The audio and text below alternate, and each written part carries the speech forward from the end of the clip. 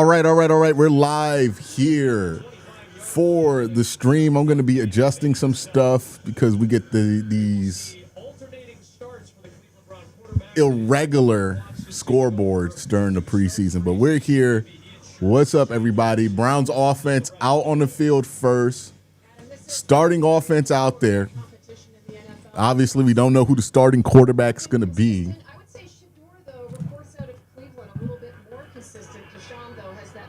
25, little run game here to Quinshawn. Quinshawn hit hard, but gain of 3. Solid year last year. A nice stop by DeMarco Jackson, the former New Orleans Saints.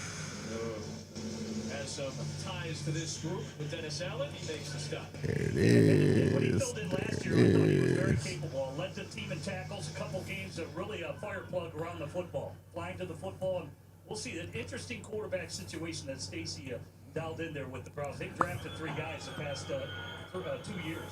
Nobody's used more quarterbacks in the Super Bowl era than the Cleveland Browns. Here's another run play for Judkins, and he had a big play. Nice game there by Judd. That'll be a first down. And remember, as much as we talk about the quarterback competition, it's all people want to talk about. The most important thing for the Browns is going to be running that football, right? That's going to be one of the biggest things for Cleveland.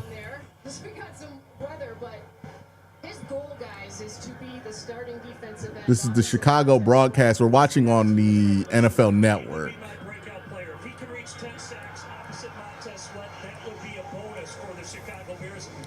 There it is. There's the former Brown, Devin Bush. So we're already talking about a lot of speed. All right, so Some of the players we mentioned. look like they just ran the ball to start. They're in 4th and 2. They're going to punt. A fantastic player, whether in Pittsburgh and then in Cleveland. Bears signed him to a big deal. Hippolyte's got a lot of speed. We just covered Jackson. They bring back Jack Sanborn. So they've got a lot of speed at linebacker. And TJ Edwards finally healthy. This is a speedy group at the second level. Maurice Alexander had a touchdown in the preseason. All right, so not the most impressive showing from the Browns offense. They didn't really do much there. And then now we'll get to see the Browns defense on the field. As much intrigue as there is about the offense, everything that's changing, the new offensive line, all of that, there's just as much intrigue about this defense. No Myles Garrett, Jarrett Verse in there getting his first action against another team in Cleveland. And then the new defensive coordinator, Mike Rutenberg, who kind of just became a footnote because of everything else that happened in the offseason, but really want to see what this defense looks like. You expect them to look great versus what is the second team of Chicago. And that'll be a short game for Chicago there. That'll be 2nd and 7.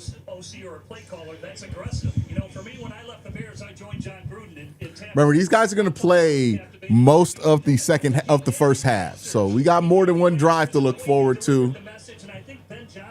Let's get all the information. All right, we're in 2nd and 7 now. And he's giving them direction to go to with anything they see. They can be aggressive, and that's fun.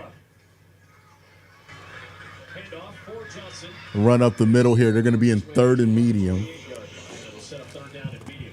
You're not going to see DeAndre Swift today. You're not going to see Kyle Monungai today. Browns playing with a thin defensive line. For that young man is to stay healthy. And the Bears are having spent quite a bit of time at their facility of late. They're rooting for that young man tremendously to stay healthy. And stay All right, 3rd and 4 here. You want to see him get him off the field. Browns going to be in base.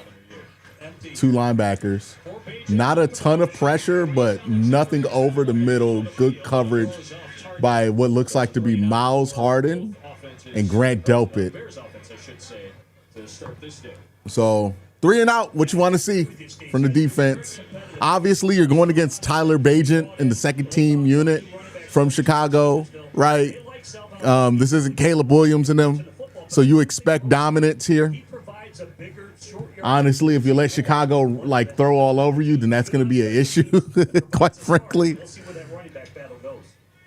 Torrey Taylor with the delivery. This is Casey Concepcion who has to backpedal all the way back. Casey Concepcion getting some action. A little bit of a cut for Casey at the 30. Oh, he stumbled at the 40. Casey Concepcion with a electric return. Oh, boy. He almost made a highlight his first time touching the ball. The electric Casey Concepcion. We talked about this during camp and during OTAs and mini camps, right? When people weren't as high on KC because they were seeing more from other players. But I've always said, hey, man, wait till this guy gets into live action. Wait till you have to tackle this dude because that's where he starts to shine. Great return here. And this is a Browns team, a Browns franchise who has not had great return. I mean, forget great. We haven't had competent return men. Okay. Like, forget having a good one. I've been hoping for like the last 5 years on this channel just to have somebody who can catch the ball on a routine basis and not be a risk to turn it over when getting punts. Now you're telling me that we can also have, on top of a better wide receiver room, somebody who could be an impact player while returning punts? That's huge. It's really been since Josh Cribbs. That's the last like great one we've had. But I mean, we haven't even been competent at the position. So love that. That's exactly what you want to see from Casey Concepcion early on in this game. A great return.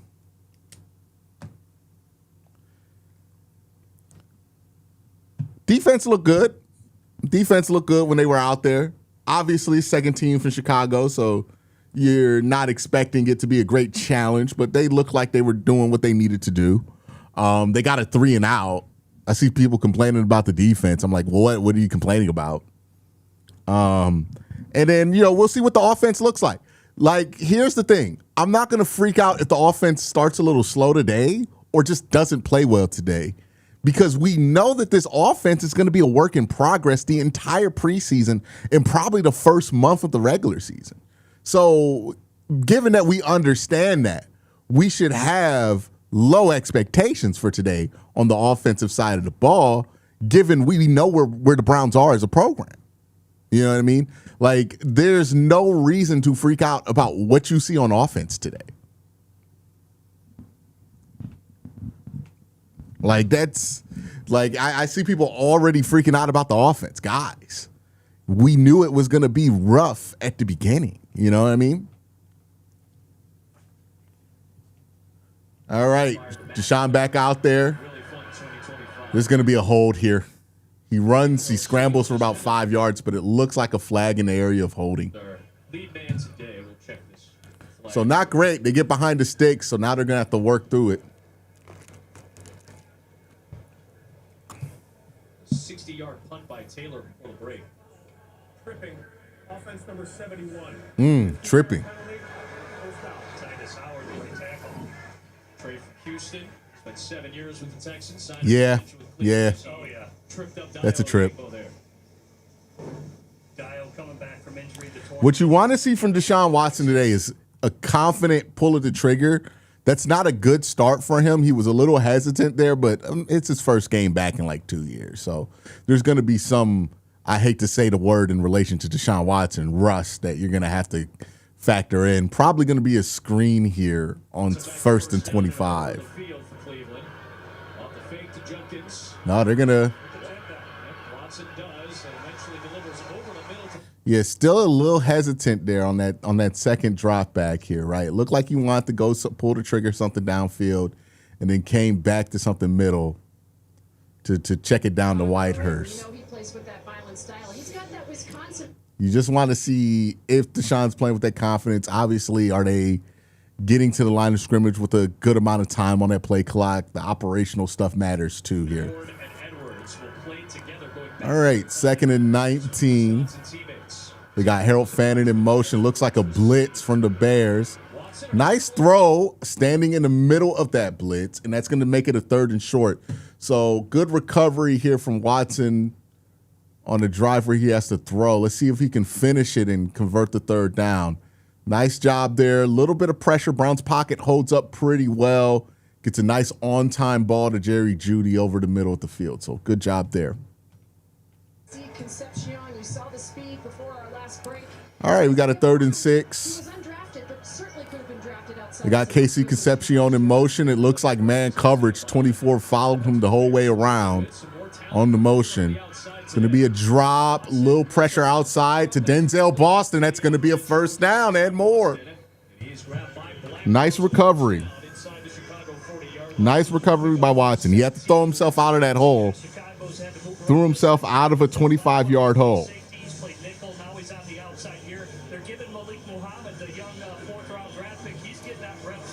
So good job there. Again, it's not the Bears' first team, so we got to keep that in mind, right? You want to be able to move the ball a little bit here. But dug himself out that hole. Now they can get back to their game plan here. You can see they're under center, 12P, 2 tight ends, and they're going to run this. Gets stacked up just a couple of yards past the line of scrimmage. So here it is, just who's in, who's out. These are some notable transactions, so a nice big picture idea. The problem that we're running into that you guys have talked about, the injury bug in particular on the back end. Hobie Bryant is all right. talked about is going to be out for a So now we're going to be at like 2nd and 10. Be interested to see what Todd calls here. They've had some success throwing the ball. Not really the success they want on the ground, though. Now they're in gun. It's a 11P look. They're going to throw over the middle. And who is that? Is that Jerry Jeudy again?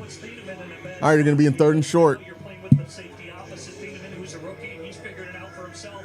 Now, whether it's going to be Cam Lewis or other guys who emerged at that position, they signed Xavier Woods from Tennessee. He looks to be the ultimate replacement, but the key is to settle out on that first-round draft pick who comes with a ton of talent and ball hawking ability when you look at Thieneman. All right. Would have been fun to watch Bryant and Thieneman. See if he can get out this 3rd down. See if the broadcast finally cuts back to the field. 3rd and 6 here. Harold Fannin in motion. You get a follow here. Flat line of scrimmage. Looks like a blitz. Quick throws. Got to go to Fannin, and Fannin drops it. It is. That was a problem for the Browns last year, too. And DeMarco Jackson got through the Yeah, Fannin dropped it. It was good process by Watson. They team up for a 4th down. Well, one of the areas of strength. Yeah, that's a good throw. That's a drop by Harold Fannin. Interior defensive front. They think they run 6 deep. I wonder if they go for it here, Pressure that they're able to get. or they get their field goal kicker a chance. That's got to be caught by Fannin. Blitz and become creative and use that exotic. All right, Schmidt out here to kick. Remember, the kicker's going to be important this year. We don't expect to score a ton of points. With the missing parts, pieces they added. Got a 50-yard field goal attempt on natural grass in Chicago, right by the league. This is not a gimme by any means, and it goes right through the middle. That's tough, man. 50-yard field goal right on Lake Michigan in Chicago. Remember, that stadium's right on the lake, just like Cleveland. So this is a great place to get Andre Schmidt some reps in to kick the field goals. So gave him a 50-yarder. He went through.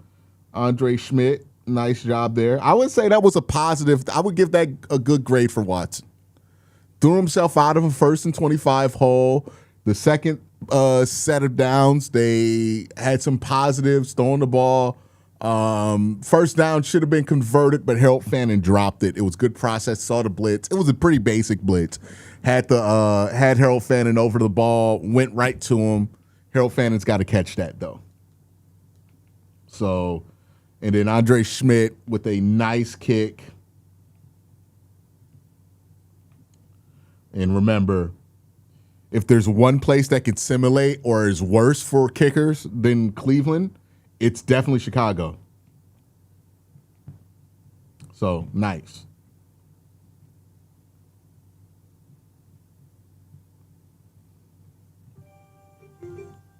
We have a member. Jabroni has become a member. Shout out to Jabroni. And remember, if you want to interact with the live, you can hit a super chat, and that will get you interacting here with the live. We have over 700 people in here. Make sure you guys hit that like button as well.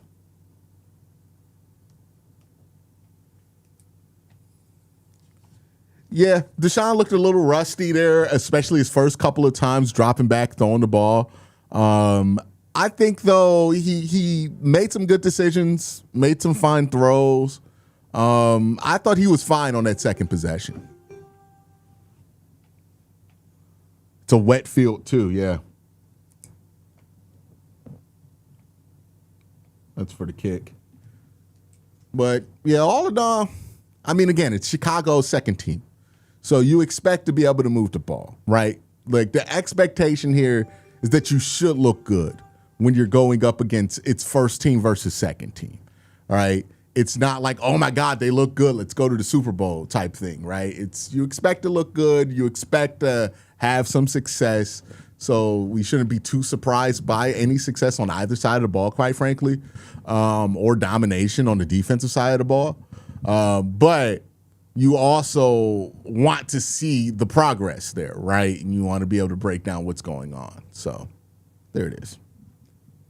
Yeah, the line's going to be a work in progress. I would just say anticipate that being the case, no matter how they look in the preseason. All right, kickoff return here. Remember, our coverages were a little funky last year. Browns get a nice stop here to 27. Start their second offensive series halfway through this first quarter. New offensive coordinator is Press Taylor. All right. Let's get to the defense's second look here. Next week, Zach is the Cincinnati head coach. Ben Johnson, of course, still the play caller, but we saw what the opportunity brings. Declan Doyle's now going to be calling plays for Jesse Minter in Baltimore. All right, still Tyson Bagent. 7:35 for left in the first. Browns up 3-0. And they're going to run this ball to the right, and that's going to be stuffed. And that's going to be Isaiah McGuire, I think, on the stuff. Browns have, like, no defensive tackles playing today and, like, 3 corners. So after Mason Graham checks out, whoever is in for Mason Graham when he checks out is going to be a tired person. It's going to be a lot of Aiden Huntington up the middle. Right? They're going to little toss here. And it's going to be a 3rd and short. No Carson Schlesinger today. He hasn't practiced the last 2 weeks. Hopefully he gets back this week. When he was in Detroit, they ran over Penei Sewell with the right side. All right, 3rd and 2, a little 3rd and short here. Let's see if the Browns can hold up. They ran the last 2 times. I would expect to run this time. They were a top 10 group. Top 3 in the league. And 2 years ago, when Johnson was the offensive coordinator in Detroit, they were a top 6 running team with Sewell on that right side. Appreciate the content. Watching from, hold on. And the Browns, another 3 and out. Jacob Nichols. Appreciate the content, Q. Watching from England. Best content to keep locked in on what's happening. Thank you, Jacob, with the £5 super chat. All right, Browns with another 3 and out. Looks like they're going to keep their offense on the field here and go for this. Browns secondary holding up well so far. No, they're going to punt. He's rugged. He's a throwback, man. Love it. That's kind of been the theme. We've been worried about these DBs because they're really no-name guys, but they've been holding up well throughout camp, and they've held up well the first 2 drives.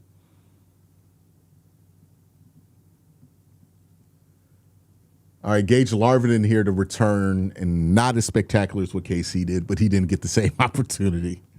And Torrey Taylor proves his worth once again.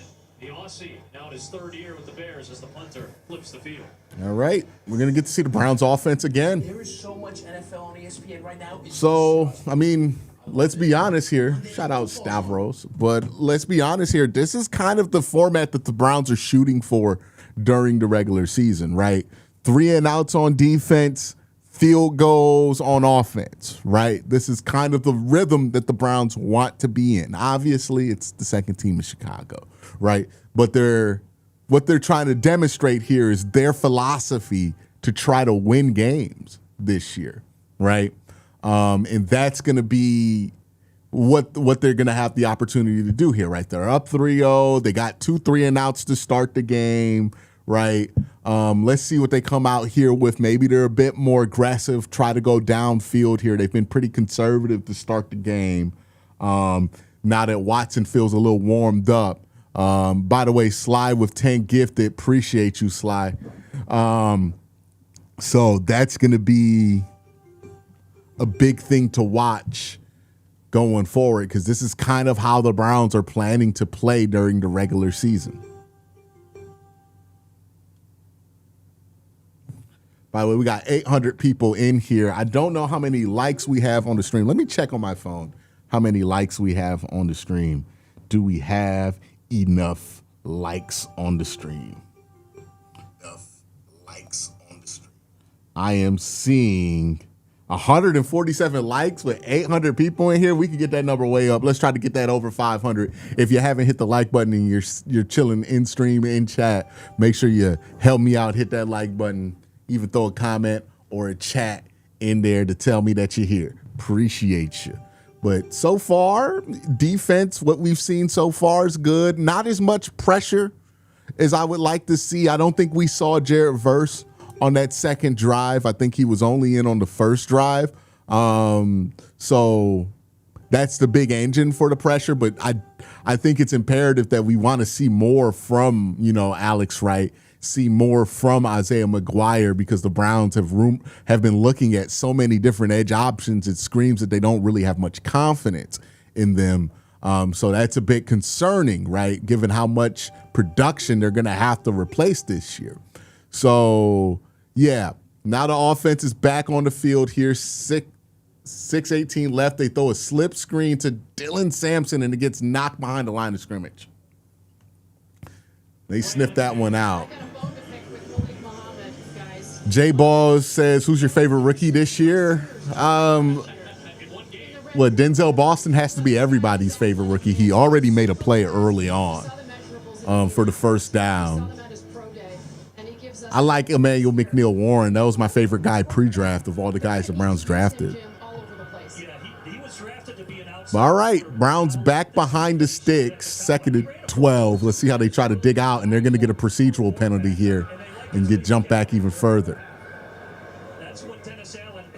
Oh, the Browns caught timeout.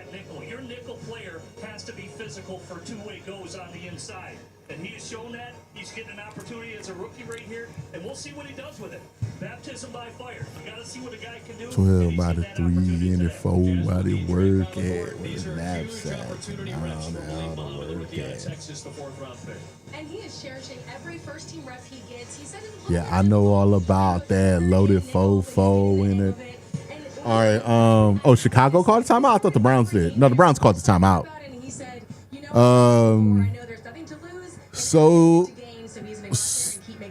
Soder Karanko says, what do you think of Monken's playbook so far? We really haven't seen it. Nice throw there to Casey Concepcion. Yeah, we really haven't seen his playbook, to be honest. Like, it's pretty vanilla. It's about what you would expect for the preseason. Nothing exotic, some motions here and there. But they're not going to really go out there and run a ton of plays. I'm really more – what they're going to throw out there that's going to be interesting is like the personnel packages and getting those units aligned. That's going to be more interesting. I think we're done seeing Quinshawn for the rest of the day. And a good run by Dylan Sampson to get the first down, stay off the ground there because he got hit behind the line of scrimmage. Keep the drive alive. They were 27th in the league last year. Andrew Village gone. They bring in Neville Gallimore, Kentavious Street, who was a 4th-round pick by the 49ers. And, of course, are they saying it's 4th down? Jarrett in there, but Jordan Vandenberg has really surprised. This is a 6th-round pick. Quick first step, very athletic. Youngstown native stationed in Norfolk. Appreciate the content from Anthony Peoples. Appreciate you, Anthony. Play that looked to be from the naked eye past the sticks, but they'll check the virtual measurement. Oh, they're checking the spot. That was Gallimore on the stop there. Those guys are going to be key. Those are names, as you talked about, Jimmy. These are veteran names. I thought he got past it. He didn't hit the ground, unless they said his knee was down. Street, Jim mentioned, may have the best camp so far amongst all these interior defensive linemen. 49ers drafted him. He tore his ACL at his pro day, and they still drafted him in the 4th round. Yep. 2018, he tore that right ACL, came back the next year. It was interesting. All right, this is taking too long to get this measurement, man. And how he sees his defensive front up. But by and large, the Bears see the interior, as I mentioned and alluded to prior, as really a strength of their unit. They believe that they're going to be able to have such a rotation that they can wear people down in the 4th. It's the preseason for the referees, too. I think we might be a little underrated was the Well, they got the pieces to move around. New York says, bring out the chains. Oh, we're going old school. Going old school. Bring out the Yeah. chains. The chain gang's back. So the virtual measure. The virtual, basically something glitched, and they need to just measure it on the field. Yeah, they're the backup. But remember, the virtual spot is not, it's a virtual reading of like if the spot was good enough for a first down. What the virtual thing is not the placement of the ball itself. They're going to say the Browns are short here. There was Monday night game in Pittsburgh. They had the chain gang. It was duct tape. The chain. I think it's a bad spot, but just sneak it. I feel like Todd would be more mad with Watson running the offense if there's problems with play calls and things, that more than Sanders being a 10-year vet. Yeah, I mean, you would assume that would be more frustrating dealing with that, but the hope is, since he is a 10-year vet, that there's not those, that these issues aren't as prevalent. You know what I mean? You're going to have, like, I think no matter who the quarterback is, even if it was Peyton Manning, you have 5 new offensive linemen. You have 2 starters that are rookies at wide receiver. Everybody on this team is almost 26 or younger. You're going to have pre-snap penalties. You're going to have those things happen no matter who the quarterback is.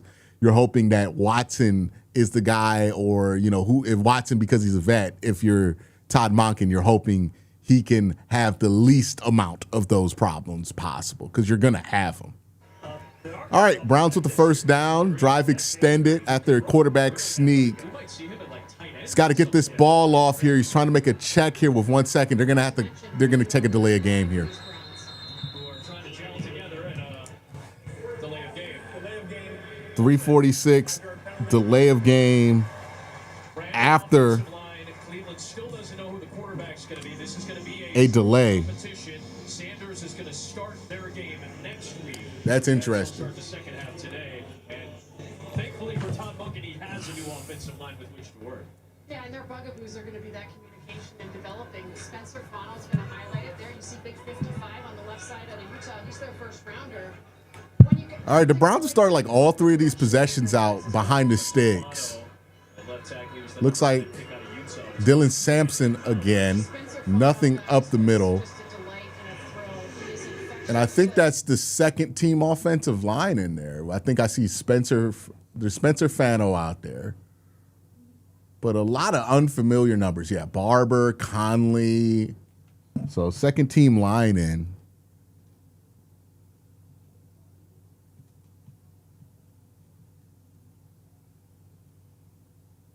That forces longer pass situations. Dennis Allen would love to go man to man. He may not have that same luxury at times this year, but All right, they got Isaiah Bond in the game for the first time. He's in on a pass rush too to help that portion of the defense out.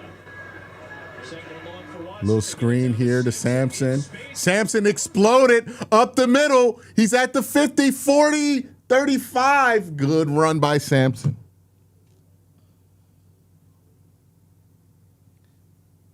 Good explosive play by Dylan Sampson here. I think he's going to be utilized so much better in this offense. You mentioned the missed tackles. That can happen. A little friendly fire there as you take out your teammate. Big gain for the Browns. 43-yard run. 43-yard run, and that's going to put the Browns in business here. That ultimately made the tackle Xavier Woods. The Bears so fortunate to pick him up, given the attrition in the secondary. 121 starts. That's a lot of experience. Play action. And he's going to take a sack here. I want to look at that one on film. 150, second cue. Play action. Pass. Kind of the talk of camp, and then the season rolls around and somewhat fades on the practice squad, but good coverage downfield for the front four. Yeah, I think Bond was open here, but he didn't see it. Nobody open. Xavier Woods, part of that back end. 10-year veteran, 5th NFL team, reunited with Al Harris, who he was with in Dallas several years ago. A little delay handoff here. A run for Amani Marshall. And a solid run for Amani Marshall. That'll get us to 3rd and short. Xavier Woods is going to be a key. Obviously, the loss of Kobe. So, Getting the same speed. what's my feeling on Fano so far? Again, my thing with Fano was like, it's going to be what it's going to be. Just don't drown, and he's not drowning so far, so that's good. Experience, and hey, we know Thank you for the super chat, Zachary. World champion is Stacey talked about. He's a nasty player. He's a great player. Looks like the second team offensive line is in, except for Spencer Fano, who they're letting play a little bit more. That makes sense. 10 of the Bears defenders up at the line of Nice throw here to Casey Concepcion, who's having an impressive day. down before he picks up the first down. Yeah, a little rough play at the line of scrimmage, and you see him to twist. Deshaun with a nice throw there on third down. It's Unable to get off. He's been good on third down. Concepcion is wide open. He'll have to get better at the line of scrimmage. When you do the twist plays and the run. Brendan Crow says, watching good offense about to make me shed a tear. Again, it's the Bears' second team. We're about to go to the end of the first quarter break here, but it's the second team of the Bears' defense and offense. So you'll take that for what it is. But it's nice to see them be able to move the ball and have some success here. Watson's been pretty sharp here on third down. A little bit more iffy on first and second, but third down, he's been especially sharp here. They're going to take a break. We're also going to take a break. I have to thank my sponsor real quick, Prize Picks. Prize Picks is America's #1 sports pick app. The app is really easy to use for player picks. Just pick more or less on a few player stats and lock in your lineup. That's it. Rather just pick teams, Prize Picks has that now too. Just pick the winner, spread, or total in any game or fight. Prize Picks is available in most states, including California, Texas, and Florida. Plus, you can even follow me on the app at Quen_C. Tell my picks, one click, and follow your friends too. Best of all, play your first $5 and get $150 in lineups if you win. Just use the promo code HMA when you sign up. That's right. Prize Picks just switched up their offer, so there's no better time to join. Lock in and win with that first lineup. That's code HMA at sign up to get $150 in bonus lineups if you win with your first $5 or up lineup. All right. Thank you for Prize Picks for sponsoring the live stream and the channel for this year. We did have a super chat up while I was gone. Let me try to get back to that. I feel like this from Ray Rags. Shout out Ray Rags, y'all.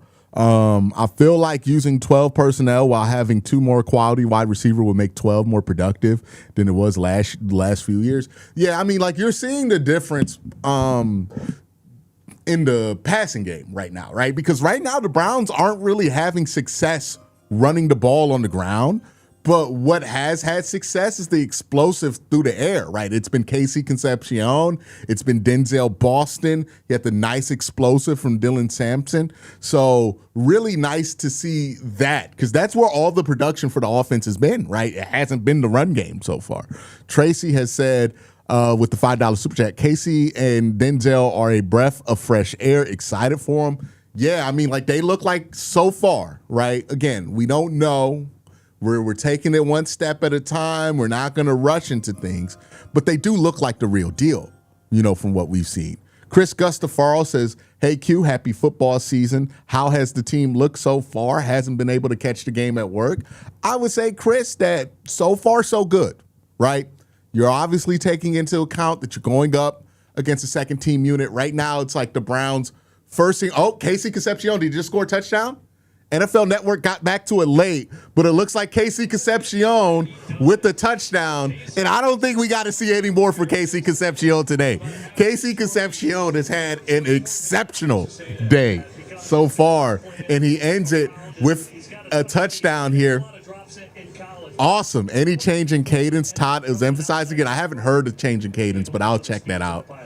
But yeah, Casey Concepcion. Remember, we said this guy's going to start shining in pads when people have to tackle him because he's hard to tackle. And have we not seen that today?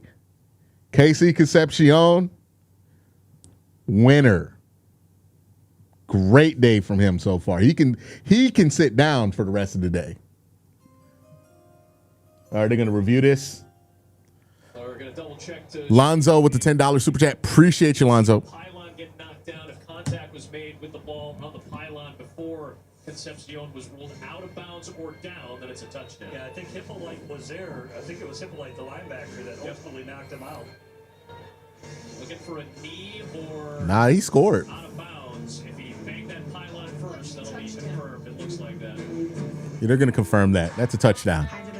So Casey Concepcion, remember everybody was freaking out in the spring. Oh man, he's dropping the ball. Oh man, this, that, the third.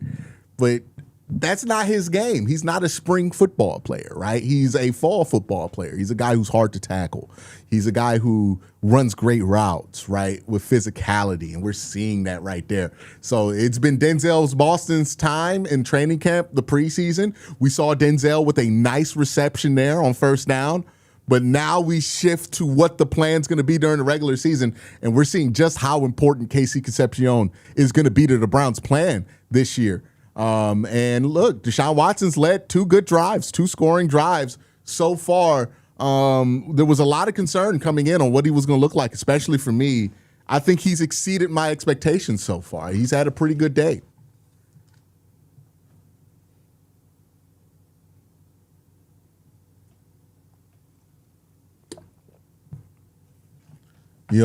I do think, though, if you're Todd, you keep the starters out there. I don't know if you need to see more from the receivers today. Maybe you want to get something going because Jerry Jeudy's had a fine day.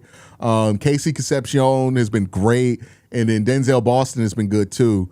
Maybe you just keep the starters in to see that run game a little bit more, right? Because the run game has been a little concerning. No production on the ground so far. But, playing well. Playing well. Nice to see. Obviously, with Deshaun Watson, not going to get too excited about it until it starts happening in the regular season, but that's a competently ran first half so far. Christian Corley says, Kevin Stefanski looking at that KC jet sweep thinking that could have been me. Hey, we know for a fact one thing would be true. If Kevin was still here, he would have ran that jet sweep. He would have saved it for the regular season, though. He's like, I can't give out the tricks right now. He's got to hold the tricks in. Defense has done nothing but force 3 and outs. The offense has dominated time of possession. So really, that's as good as you could hope, right? Browns about to kick this extra point. Let's see Schmidt make it.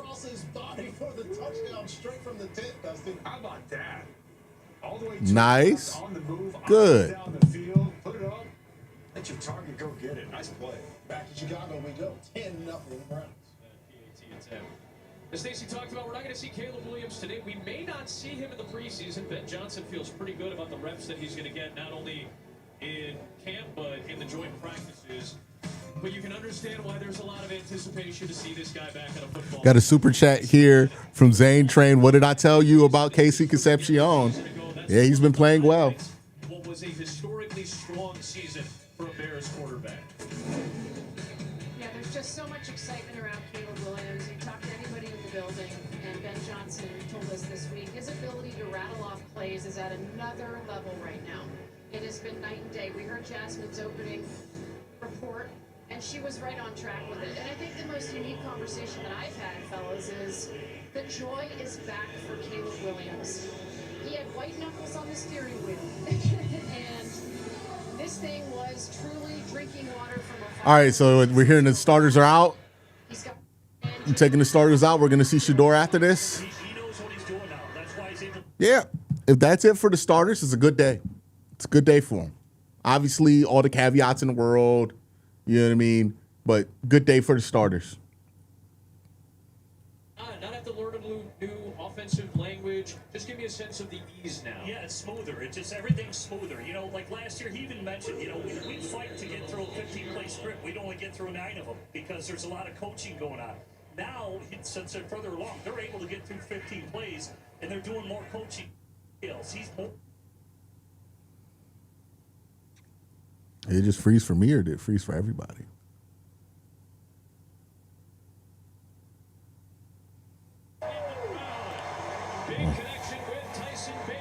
Something happened there. Yeah, my thing froze. Q, did you catch the Falcons game? Not a Stefanski hater, but boy, did all those offensive statistics look familiar. I did not catch the game. I saw the highlights, and the highlights looked pretty bad for the Falcons. All right, so this is definitely the second unit for the defense here. Good little breakup. Don't know who that was, but a good breakup there. Browns defense. Caleb Williams. The key is his sacks went down and his interceptions went down. He was masterful last year. I know from John Chu, who has Ben Johnson. DBs held up well.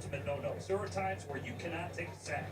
No sack, no plays. He's very conscious of getting the 2 ball LBs in on his base. head. Where he's got to be better is the first and third quarter. You know, we know he's He-Man when the game's on the line. Sure. He makes all the clutch plays. Yeah, we didn't really get to see much from some of the starting defensive linemen. I think we only got the one drive from him. Good hit by Winston Reed to knock that one loose and force a 3rd and 10. Could not hold on to it, and that brings up 3rd down. He was smarting a little bit after that one. Well, if you want to make the roster. Yeah, the Browns are playing Tyreek Sapp at defensive tackle. They're thin as hell. In his breadbasket, gotta squeeze it. Good job by Winston Reed there. Nice coverage, too, by the corner there. Kick returner the last couple of years. Played in 3 games in the regular season. 3rd and 10. See if the Browns can get off the field here. Oh. This will be blown dead. Smart play by Tyson. Saw action in the neutral zone. Took the snap, 45 yards. Julian Okwara. Defense number 99. 5-yard penalty. Work the snap count. Work the snap count. Make it a weapon. You go from 3rd and 10 to 3rd and 5. This guy, just Tyson Bagent, they've got a. Okunwara, yeah, it's Okunwara that got offsides. Is that Jedrick Wills at left tackle? It should be by now, right? And it's the same in terms of the top 3 in the room this year as it was last year. Some continuity in there, too. Agent on 3rd and medium. Comeback route. That's a floater for Alexander. Good defense by Colts. Nice breakup, and that's going to get the Bears off the field here on 4th and 5. They're going to kick the field goal. Yeah, really didn't get the separation, and why I believe Tyson kind of tried to back shoulder. Yeah, good job by Colts. A little bit more may have given his receiver an opportunity there. Good coverage. But fall short, but scored out. Look, I know that when we look at the depth chart and we look at these DB names, we're like, who are these guys? And that's why we're concerned. But they've held up in camp. And they've been quite fine here in the preseason so far. You know, like, I feel nervous about being okay with it. But I think I'm okay with it. We'll see. We got the whole preseason. And that's no good. All right. So I think that was it from Watson 2 today, right? Am I right on that? Is that done for Watson? Watson done for today on that scoring drive?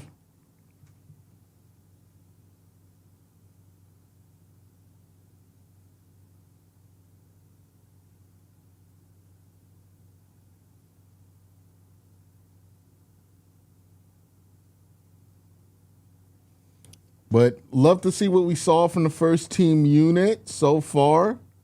Concepcion has had a good day. I think Denzel Boston has had a good day too for what he was able to do. Ray Rag says, well, I guess it makes sense they can't run since teams won't respect them being able to throw. Just all the key plays have been run on the new offensive line. Makes sense also they want to try some screens. Yeah, I mean, like in the preseason, nobody's game planning for you. So nobody's really like, it's not a respect run or pass thing. You're kind of playing against a neutral plate.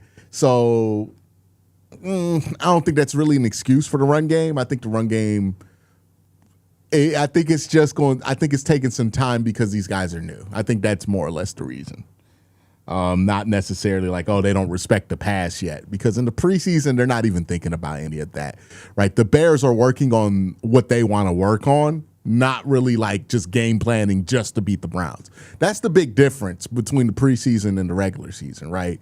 Teams in the preseason aren't game planning. They're not trying to win the game, right? They're just working on stuff that they want to work on for the season, regardless of what your personnel is.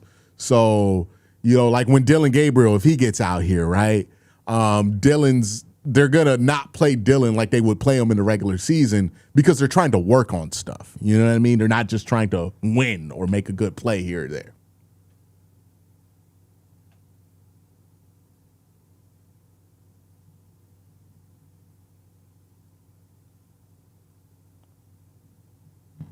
Okay. Now, Watson looked good today. I don't think there's anything wrong with just saying that. Watson looked good. Hopefully Shador comes out here and Shador looks good too. But like the constant bickering about who looks better and all this, like y'all need to just root for the Browns, bro. like, why are we fighting with each other about the quarterback? Root for the Browns. Root for what's best for the Browns. Who plays the best is going to get the job. That's what's going to happen here. Anthony Latham says, I like the back shoulder coverage by Coates. Deshaun Watson's still in there, and a nice throw to Isaiah Bond to put him ahead of the sticks for the first time since he's gotten out there. Watson really did work from behind the sticks a lot too early in this game. So good job by him.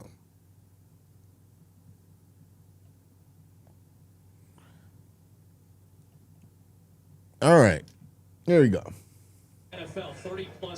Second and 2, maybe to get this run game going a little bit downhill. Good run here by Sampson. That's going to move the ball past midfield, and it's going to earn a first down. Loverboy Charlie says Deshaun's still looking like a check down merchant.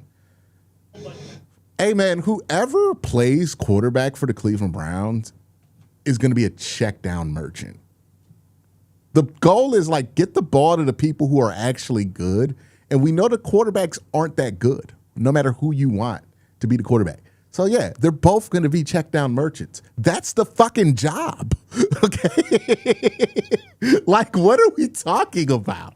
Oh, he looks like a check down merchant. That's the point. He's supposed to be. Casey Concepcion, another good end around. He's supposed to be checking this ball down because we want to get the ball to Casey Concepcion. We want to get the ball to Denzel Boston because those are the guys we think are actually good, right? Deshaun Watson is a journeyman at this point of his career. Shador Sanders is a 5th-round pick. That's not who we're putting the offense on. We're putting the offense on all the other guys we drafted to carry the offense. So, yeah, check down merchant. Who cares? Shador's going to be a check down merchant, too. That's the job. Second down defensively, which creates situations where teams were throwing the ball and they got a lot of turnovers. Good first down run by Dylan Sampson here between the tackles to keep this drive going. Better at rushing the passer. Sampson ends up pounding ahead to set up a short situation on third. Dude, they keep giving Dylan Sampson shitty spots, man. Are you kidding me? That's a first down. I understand that to be the case offensively. Regression is more of a factor on defense in this league when you've had a really, really good season. So I'll be fascinated to see how guys like Devin Bush. I imagine Fano's going to be out there as long as Watson is out there. Marshall is the back for Cleveland. They'll get the carry. It's going to be a stuff. We're going to go for it? Might as well go for it, right? It's a player that the Bears It's the preseason. and it starts with special teams. It's too far to kick it. It's wet. Trading the line of scrimmage and finding that hole to minimize the offensive gain. Yeah, let's go for it. Nicolay will see the field and have Let's see what we can do here. Nothing against Edmonds, but he's not as fast as. It's crazy how bad you talk about two when yourself you thought he was at least a high 2nd-round pick. Who is talking bad about Shador? Oh, bad play by Watson. Horrific play. He just fumbled that ball. This is the thing I can't get with some of you folks. Y'all so damn sensitive. I'm not talking bad about Shador. I'm just evaluating him.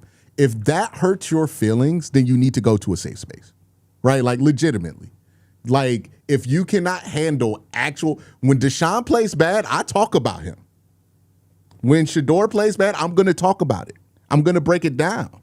Like I don't talk bad about him. I say some good things about Shador. I say some negative things about Shador. You can't handle the negative things. That's not my fault. You need to be a grown adult and be able to handle when a player you like gets criticized, okay? Instead of making your whole life defending some stranger on the internet. That's not my fault. That's you being sensitive. I have said nothing negative about Shador. We barely even talked about Shador here. All I said is whoever wins this quarterback competition is going to check the ball down a lot because that's the game plan for the Browns quarterbacks this year. That's not a criticism of anybody. That's just the reality of the situation. Shador was one of the lowest passer ratings, one of the lowest QBRs, one of the lowest success rates, and the same is true with Deshaun Watson. When you're operating an offense with that knowledge, you're not going to ask your quarterbacks to do a lot because that's the reality, right? You know your quarterback competition is not the best in the world. You're having a quarterback competition. So if that acknowledgement of the reality that we're in hurts your feelings, that's your problem. That's not a reflection on me being fair to Shador. Now, I've been extremely fair to Shador Sanders. I've been more fair than most people. You just don't like to hear anything negative. That can't be my problem. That really can't be my problem. All right? There are people out here who, if you just want to hear flowery stuff about the Browns, flowery stuff about every single player here and just have people bullshit you until the games start happening, there are people who will give you that. That's not for me, okay? When Baker was here, if he did good, I talked good about him. If he did bad, I talked bad about him.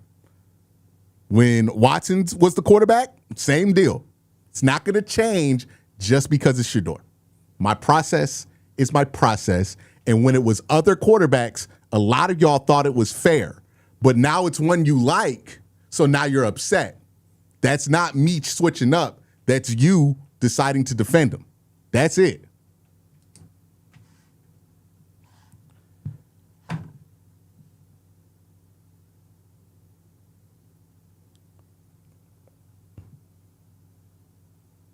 Yeah. That's a horrific mistake from Watson, though. That can't happen.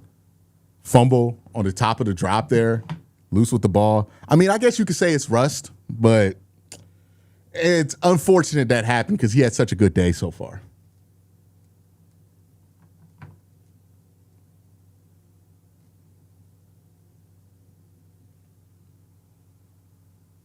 I like this rookie out of Notre Dame, 6'4", 220 plus, and this is a quarterback on the move, putting it up. No. All right. Albie Man says, must be nice for the bank account how much disposable income that the Shador Crusaders have. Appreciate the insight and entertainment during the weekend shift. Appreciate you, man. Who's that? A Doobie Man, a regular from the stream. Appreciate you. Athletic as well, Jim. Good pressure there by Tyreek Sapp getting past. Oh, Tyreek Sapp and his guard getting into it after the play. Third down, though. Where you have the two tight ends, the three Browns defense has only given up one first down so far. So, like that so far. You see the graphic on our screen here. Look at the percentage of 13 personnel that the Rams had to go to last year. In some respects because of injuries, as we talked to Ben Johnson about, but the Steelers dropped all the way to 13th. The Bears sitting there at 8th. I think that number is going to increase. I think this number is going to go up across the board. All right, 3rd and 3. 40% last year to lead the league. The year before that, Arizona and Pittsburgh were around 15% to lead. Put the Browns in motion here. It's going to be a run. Oh, it's going to be a big run here. Edmonds with the tackle. And they got the Browns sleeping there on the play call. Ran a motion to get the man side free. And then just ran right at it. Manuel McNeil Warren, I thought he filled C gap, or was that B? He filled a gap there. Nobody was there on the outside. I wonder whose run fit was that. Was that Emmanuel's or was that 43's? Little rollout pass, and that's going to be a touchdown for the Bears. Well, it's second team on second team at this point now, so you're fine with that.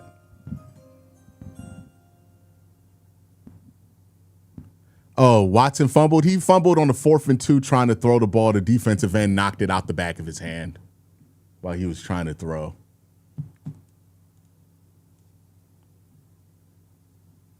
It's a nice design there by Ben Johnson.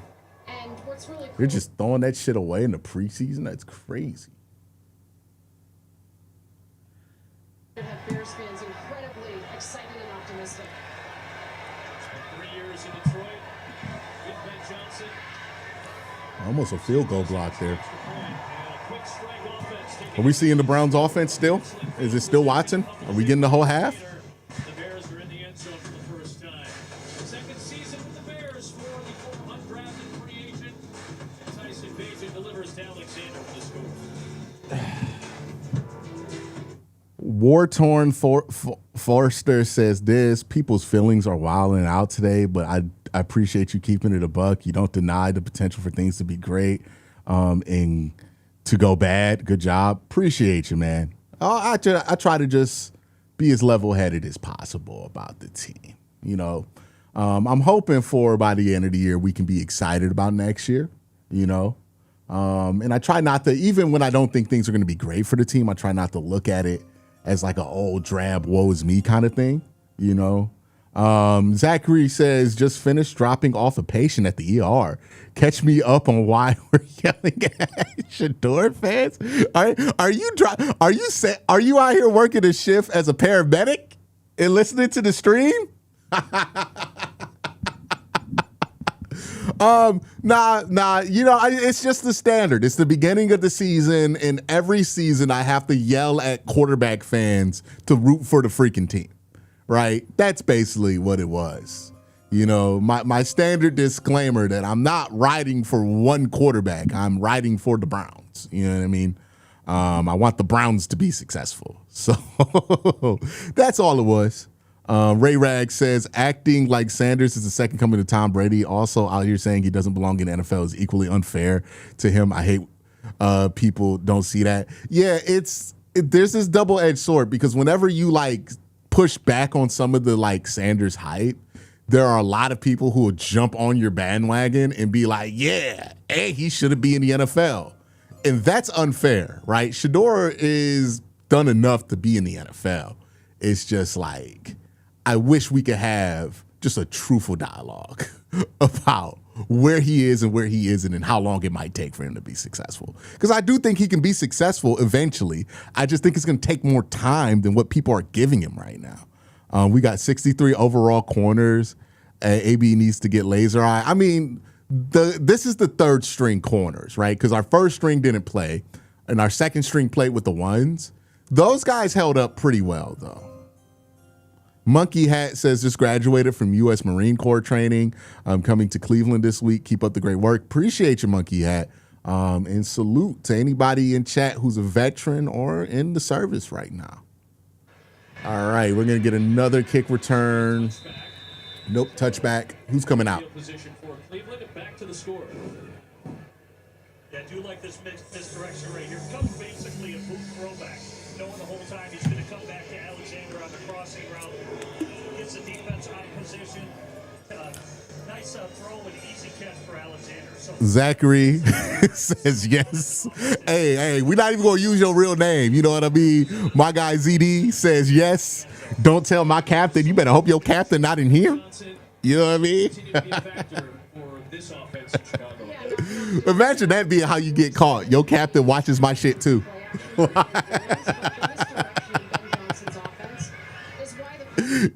He'd be like, hey, bro, I have a Zachary DeVito that's working right now. All right, handoff, knock behind the line. The run game stuff hasn't been great today. D says, bro said, be a grown adult like he won't run to the police when a real smoke in his face. All that tough shit, scary ass boy. You know what's funny to me? Like, people who try to threaten motherfuckers on the internet. Like, really? Like, oh, you gonna find me? You gonna give me smoke? We're both grown-ass men. Don't none of us want to fight. Like, let's be honest. We both got shit to lose. We both got shit to do. Like, you don't want to fight. I don't want to fight. Why are you acting like you want to fight me on a live stream comment section? Like, you think it sounds tough. It's the weakest shit ever. Like, you sound so weak right now.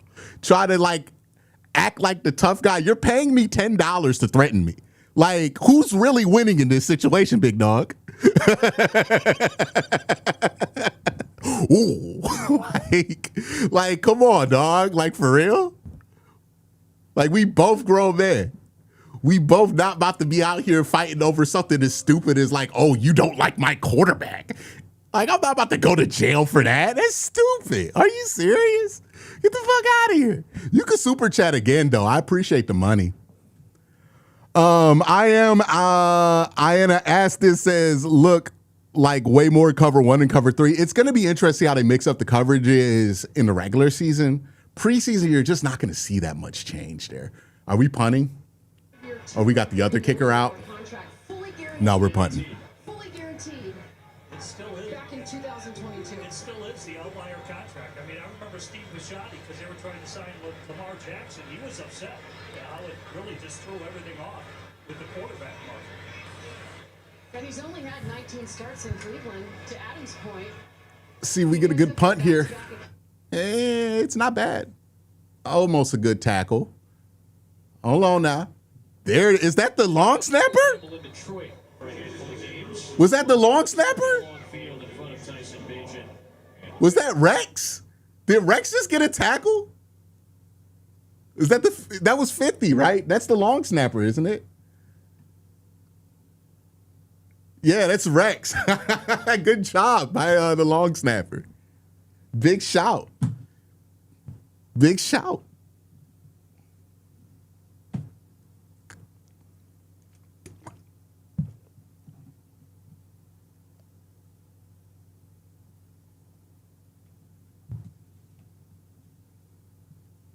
Fadeaway throw to Cole Kmet against the Rams in the divisional round. You know what I thought? Can you throw the hell out of the football? Because my hands are... All right, defense. Not a great job last time out. Let's see what you do here. I think a lot of positives so far. I think Casey Concepcion's been the biggest positive. I think he's the highlight of the night here. He's had an excellent day so far. Run game has been sluggish, work in progress, but the pass game, it looks better than I was expecting. I thought Watson had some really nice throws on third down. Pass protection looked fine. Run blocking was iffy. Run game was iffy. You're going to want to see that cleaned up by week 3 of the preseason. And defensively, we didn't really see the starters that much. I think we really only saw the starters for one drive out there. They got a 3-and-out. It wasn't like a spectacular 3-and-out, but it was a 3-and-out, and then they got off the field. So not much there. Now we're seeing like the third strings out there. Emmanuel McNeil-Warren's going to play. It seems like Todd Monk is going to make sure that the rookies who are expected to play are going to play a lot in the preseason. So we're seeing a lot of like Emmanuel McNeil-Warren, Spencer Fano, who's been fine while he's been out there. We saw Casey Concepcion still out there. Denzel Boston's still out there. So they're going to play these rookies a lot in the first half. Kind of an old school way of doing it. This is how coaches used to do it like 10 years ago in the preseason when there was 4 games instead of 3. Drop there. I mean, he was open.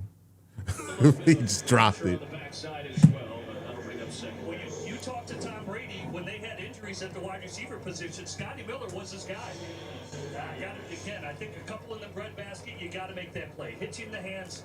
You got to squeeze it, make the play, move the chains, and keep the drive going. So, a couple of focus issues from the receivers that we've seen early, and a couple of good things, a couple of bad things. What do you expect in a first preseason game? Drop issues have to be cleaned up. Bears are in the top portion of the league in drop percentage. Get the tackle. What in the world was Emmanuel? Was he thinking the ball was going to tip in the air? It was like a Madden thing where you get caught pressing triangle. I don't know if they're going to show the replay of that, but that was strange. I'm going to go start that one on film. What's that, 206? Go 2606? I want to know what he was doing there. That was strange. All right, 3rd and 5. Let's get off the field. Browns showing a blitz look. They're going to blitz here. 6 guys at the line. No real pressure, but forces a throw, and Evans gets the pass interference in man coverage. He really didn't have to do it. Again, we're all the way. Like, these are the guys who would usually be playing in the 4th quarter of the preseason, right? Like, I don't even know who Evans is.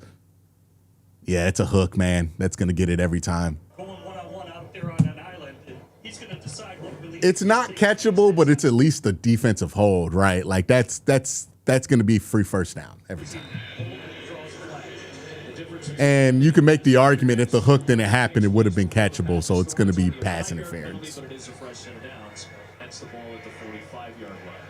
Heavier personnel here. All right, EMW, let's see what you do here. Right back to the line of scrimmage. Emmanuel McNeil-Warren, you forget he's 6'4". He's a big dude out there at safety.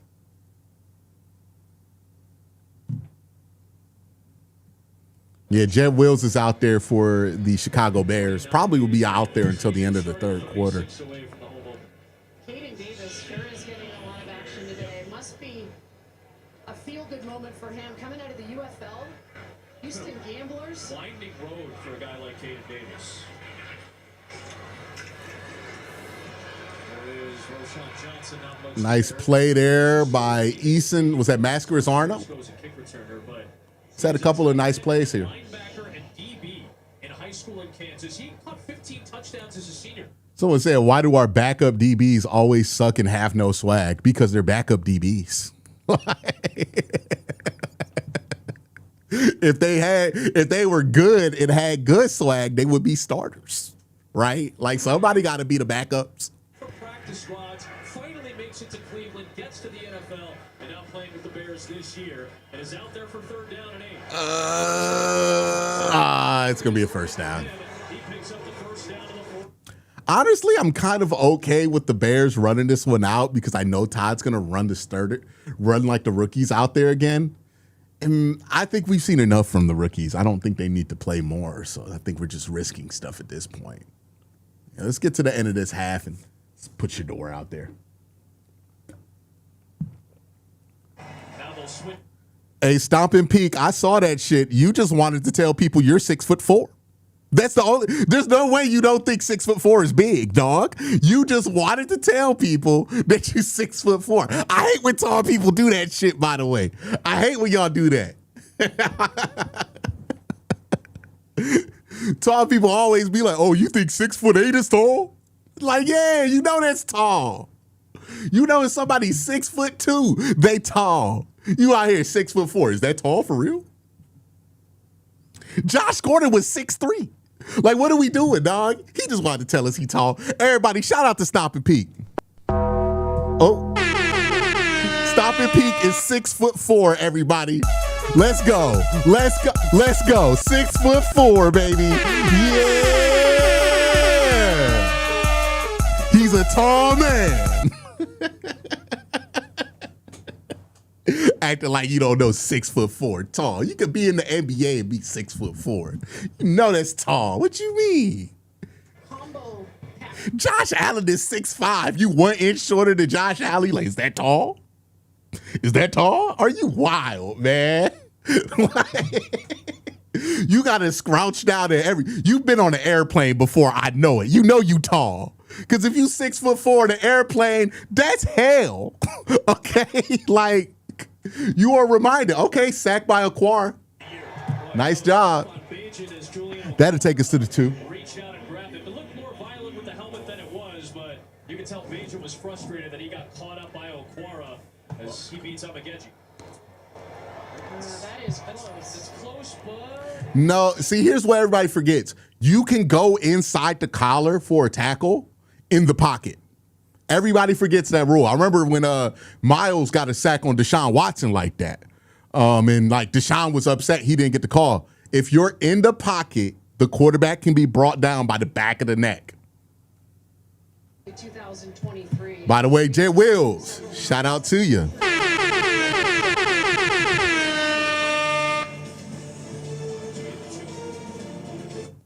Yeah, the collar. You can get brought down by the collar. Oh, my goodness. Yeah, it's fascinating because every time that happens, nobody knows that rule. Like the commentators don't know it's a rule. The players on the field don't know it's a rule. The only guy who knows that's a rule is the guy who does it. Kai Raz says, welcome back to the season, everybody. And Kai Raz putting a shot out there for the Short Kings. Where we at? Where we at? Where my shorties at, man? Everybody stand up. Short Kings, stand. I don't know if you're standing up because we can't see. Stand up, shorties. Yeah.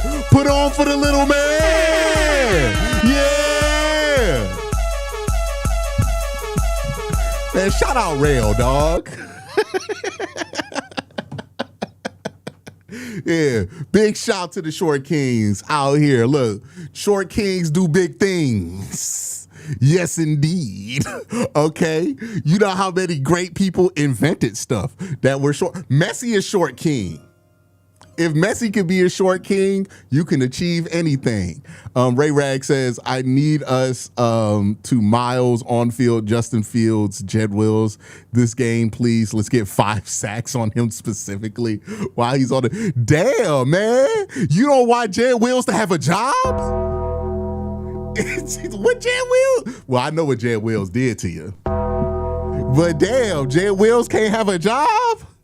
We can't have Jed. Ray Rags just said, I want Jed Wills to be unemployed. I want him to be cut on the street, in pension, no league summary, nothing. Jail. You want Jed Wills in jail for playing bad football. Damn.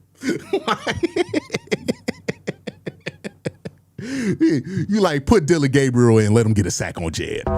Get him off the team. Like, he don't want no benefits, no 401k for Jed. He like, you better saved up your money when you had it. Cause I want you in the UFL. In the UFL, they ain't got no 401k. And he hope it's not even a 20% match on salary there.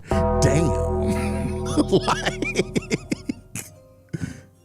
that's crazy. We're at halftime of the Browns game right now, aren't we? I don't know. It's at that point in the preseason where you start to have some fun. Food Loves You says, dang, Samp is 5'8". They just got giants out there. Yeah. Hey, man, shout out to Dylan Sampson. Short king. Short kings. Big things. Short kings. Big things. Stand up. Stand on the chair so I can see you, shorties. Yeah. Okay, we still got 2 minutes left.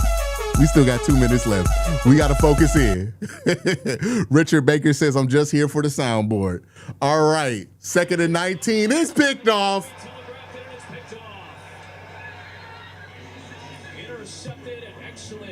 I'm telling you, the DBs have not been terrible, despite the fact that, like, you look at them on the depth chart, you think we should be much worse.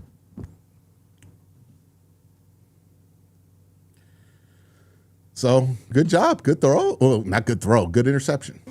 All right. Okay, we're going to, I think he mentioned this. He wants to get Deshaun in there for some 2-minute work, and this is perfect, right? You're going to get 2-minute work right here. It's probably going to be Deshaun's last action of the day.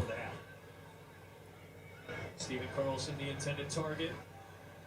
So now a 2-minute opportunity with 2 timeouts for Deshaun Watson. Can't take a sack.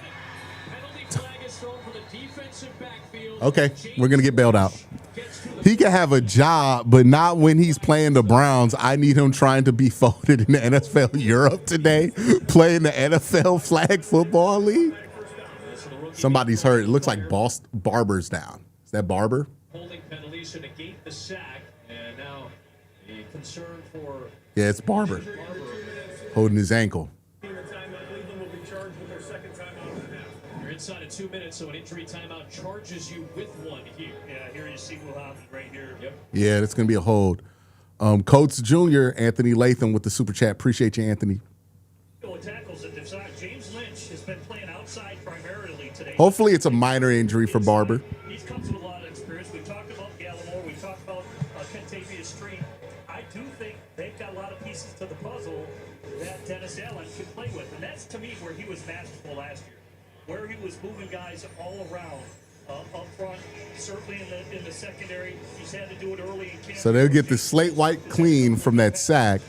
Mr. Slendy says, remember when Quincy was in 720p in that white blurry room with the window light oversaturating the cheap webcam? Yeah, because my Canon didn't do live streaming. I couldn't do live streaming for my Canon because it was running on battery power. Watson's going to run out for a short gain here. Shout out to the old Unks who's been here forever. Appreciate you, Mr. Slendy. That's a OG viewer right there. That was before I was live streaming the games for real. Like, I didn't start doing that till what, 21? I've seen cornerback sideline coach over 103 Oh, I've seen the quarterback and sideline. Yeah, it's the Bears preseason broadcast, so we're going to see all the Bears stuff. It's going to get real nasty in the fourth quarter because they're just going to cut the interviews of like Caleb Williams and stuff. Watson over the middle, and he almost threw an interception there. He's lucky he didn't get much on it because if he had anything more on that, that would have been an interception. Crowded pocket up the middle and almost threw an interception here. The last two drives from Watson haven't been the greatest. To be fair, he is out there with the second team offensive line. They just lost the tackles, so there's more pressure, but, you know, still want to see better execution there. All right, 3rd and 9. Quarters look. Just throw it underneath and get the game going.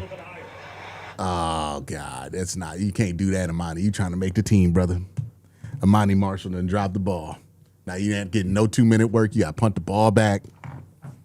Yeah, all they wanted to do there was go underneath and just get the clock rolling. And Amani drops the ball there. You can't even get the timeout there. So poor execution on the 2-minute.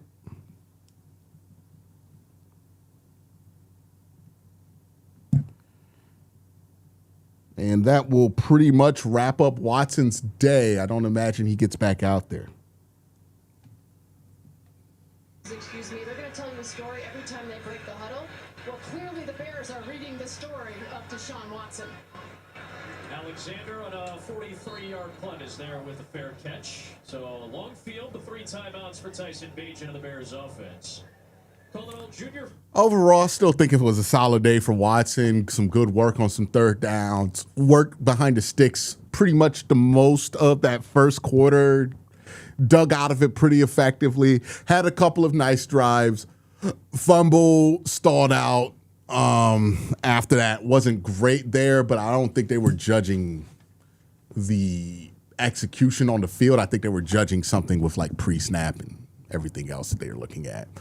Tyson Bagent back out there after the Browns interception, backed up on the 14. A little bit of pressure here, but a screen and a good play by Winston Reed. The backup linebackers have been pretty good today. Hurry up, get them organized. Good. Veteran college starter at the Division II level, Tyson Bagent. Now in his 4th Reed. Another checked out. It's Hockman again. Can't get outside. Yeah, Winston Reed and Mascaris Arnold. You see Karan Amagaji's back on the left side of the offensive line. Backup O-line play makes it hard to evaluate quarterback play here. Yeah, I mean, I think when they have this many reserves in there for the offensive line, that shifts the focus on what they're evaluating, right? So it's like, okay, now they're just kind of evaluating pre-snap. Like they ran the ball a lot. I think they were like checking and seeing like, okay, what's the run fit? Is the quarterback checking into the right run fit? Is he checking out when he needs to?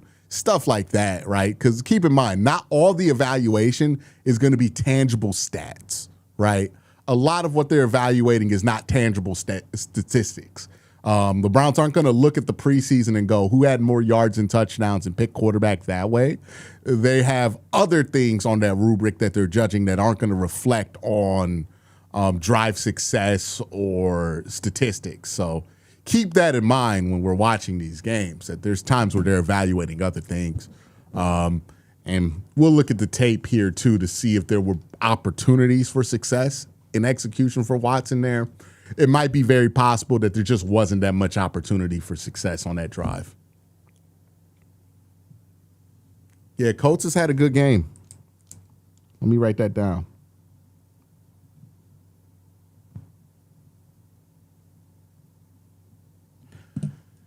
All right, we're about 48 seconds until the end of the first half here. So Cleveland uses both timeouts to try to play a little situational football at the end of this first half, going through their processes in these 2-minute drills on defense. No, I don't think the wide receivers are going to play in a second. It's going to be like, you know, the backups. Wide open. That's a zone look. That's a zone beater there. You expect to get beat there. It's just a high-low on the corners. Yeah, it's a high-low. The Browns are running a pretty loose vanilla cover 2. He sees it immediately, throws right to the void. You expect that. Lines to save timeouts, especially when you're driving and trying to get points at the end of the clock. Right, if like the defense gets beat on coverage like that, I'm not really going to freak out in the preseason because they're running such basic vanilla looks here. So if they show a pretty basic cover 2 and then they get beat with the 2 beater, it's not really crazy, right? You kind of expect that. It's wild. We haven't mentioned Luther Burden, Roma Dunze, Jade Walker, Khalif Raymond. I mean, all we've talked about is Caden Davis and Maurice Alexander for good reason, but Bears fans are sitting at a bar somewhere in the city of Chicago. I mean, even during the regular season, if they just catch you in a beater and they got the right call in, that's just good gamesmanship there, you know? Runs it exquisitely behind Caleb Williams. Yeah, the delay of game wasn't good. The fumble wasn't good, right? The delay of game after a delay, that's certainly something that they want to work on. They don't want to see from him. The fumble. I mean, I will look at the tape to see like if that was avoidable or not, because sometimes you fumble the ball back there and it's not really anything you could do about it. You're just trying to make a play and shit happens. But we'll look at the tape to see how severe that is. But yeah, I think the biggest mistake from him was, I mean, the throw where he almost threw the interception on the 2-minute drive. I think there was right, near interception here. So there's that. And then the delay of game after a delay, right? They had held the game up for that measurement, and then we had another delay. You know where you're going with the football? Once you decide it's just about placement. And I think that's a great placement for Tyson Bagent right there. Playing with confidence. You mentioned he's 8 out of 9. What is he, 9 for 10 now? Yep. He's kind of heating up right now with what he's seeing. Good read on the whole shot. Yeah, I would say for the defense, like I would love to see more pressure on the quarterback. We haven't seen much pressure on the quarterback either.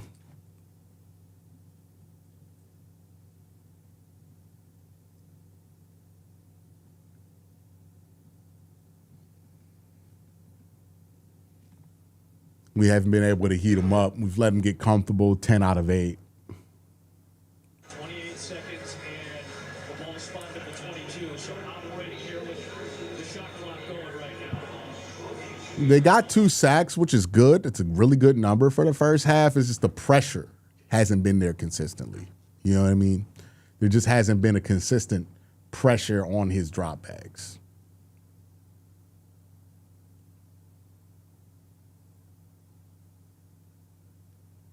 Yeah, I mean, again, preseason, you're just seeing what you're looking at, and then you're making judgments there. You don't want to throw anything out, but you also don't want to take anything too seriously in the preseason because, you know, there's a number of reasons things can be happening, right?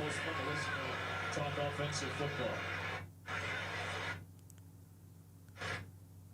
It's a tip, interception, so get it down at the belt buckle if you're going to deliver it there and check. Offense, first team, overall first team offense looked good besides the run game. I would say, yeah, it's about accurate. Center, the rookie. Backing up here with Bradbury to start the season. 20 seconds left. Good pressure there, and that's going to be 90. Who's 90? They used to be Alex Wright. With a nice play. A big loss. That pushed him out of field goal range, too. Santos, you're essentially running the clock down. I imagine they'll spike it. And then let Santos take a field goal from right around 50-51 here. Was that Alex Wright? Yeah, Alex Wright is 91. Alex Wright used to be like 94, I think.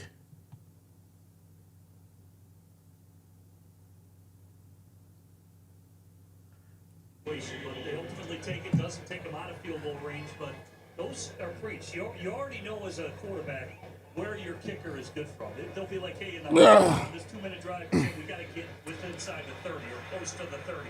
And that's exactly which is 51-yard field goal. He missed one earlier today. And my broadcast just froze. He made it.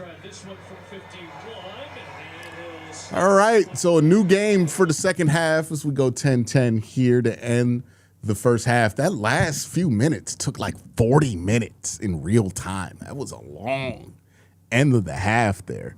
But yeah, overall, I've seen worse. I've seen worse.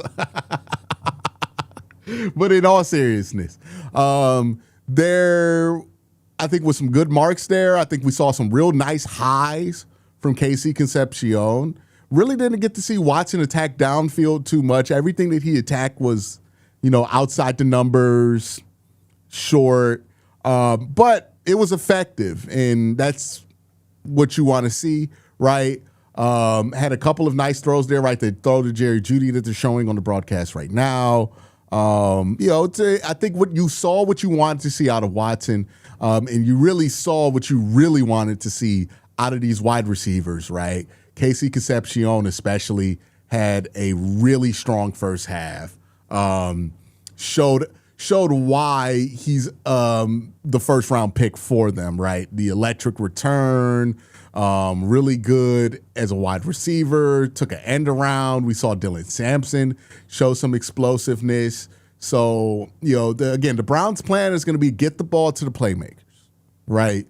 The guys that they really want to make plays. And the guys that they want to make plays are the guys that they drafted in the first and second round the last few years. That's Quinshawn Judkins. That's, Harold Fannin, who's not a first or second round pick, but plays like one. There's Denzel Boston, KC Concepcion. That's the plan, right? Let those guys be the playmakers and just facilitate. So that's the job for the quarterback, and I thought Watson did a good job of fitting that description. A couple of procedural things I think he would want back. The fumble I think he would want back. The near interception I think he would want back. But overall, for Watson, who, to be fair to him, coming back from 650 days off, that was a good outing for him. That was solid. That wasn't bad for him. I don't think he's going to come out and talk like he had a great game, but I think Watson will say, I'll take it. That's a positive step forward. And with Watson, any step in the positive direction you'll take, because it's just been so negative while he's been here. We're going to see Shedeur in the second half, so hopefully Shedeur does well. Again, with Shedeur, you really just want to see him be better at some of the process stuff, right? Processing quickly, getting the ball out quicker, not holding the ball in and out, process in, getting out the huddle at the right times. I don't think the execution either way is going to be that big of a deal, right? If he does well, people are going to say it's the third quarter of a preseason game. Who cares? If he doesn't do well, it's the third quarter of a preseason game. Who cares? He's not playing with starters.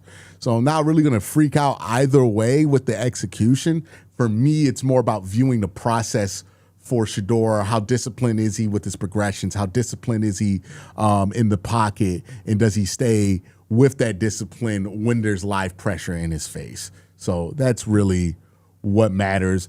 A little concerned that the run game wasn't great.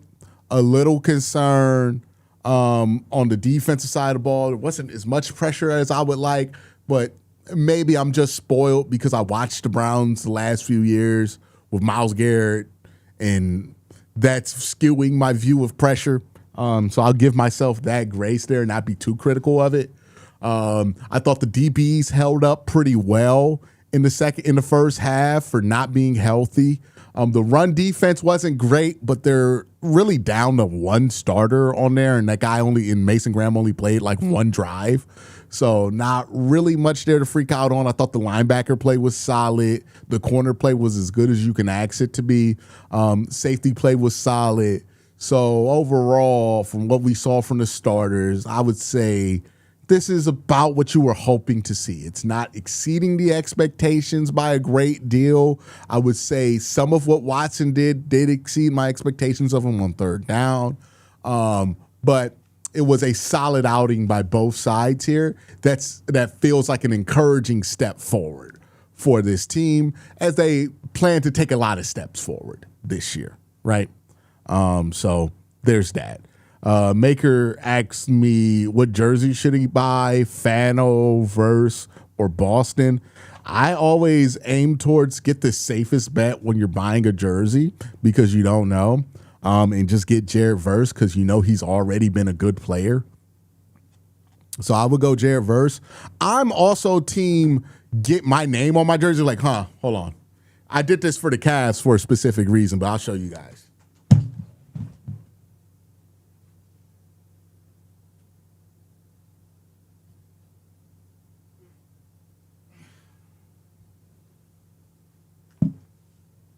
So, like, I'm not a buy a jersey guy most of the time. I don't like how, like, jerseys look as, like, regular apparel. But, like, I wanted to get this Cavs jersey, right? Because this is a throwback to an era that I remember. I love these jerseys, but I didn't know who to get. So I got my birth year, 95. I was born in 1995. And I got my name on the back of mine. That's what I'm always in favor of. Just put your name on the back of your shit because they can't trade you. You know what I mean? Imagine if I would have bought a Darius Garland. This would be useless. This would be a waste of $100, right? $140, I think it is. Because it's got the patches on here. It's a nice one. But if you're going to buy an authentic, expensive NFL jersey, I always say, get your name on there or go throwback. You know what I mean? Somebody that they can't ruin. And they can't ruin you. You know what I mean? So that's what I tend to go with when it comes to jerseys.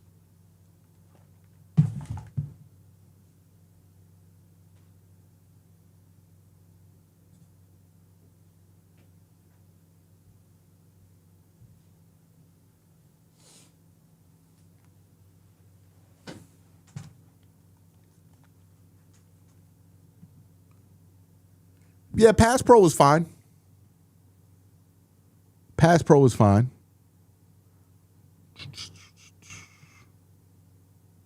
Yeah, somebody, Trent Richardson. Travis, you have a super chat? Let me go find it. I see you in the comments asking me to find it. Let me go find your super.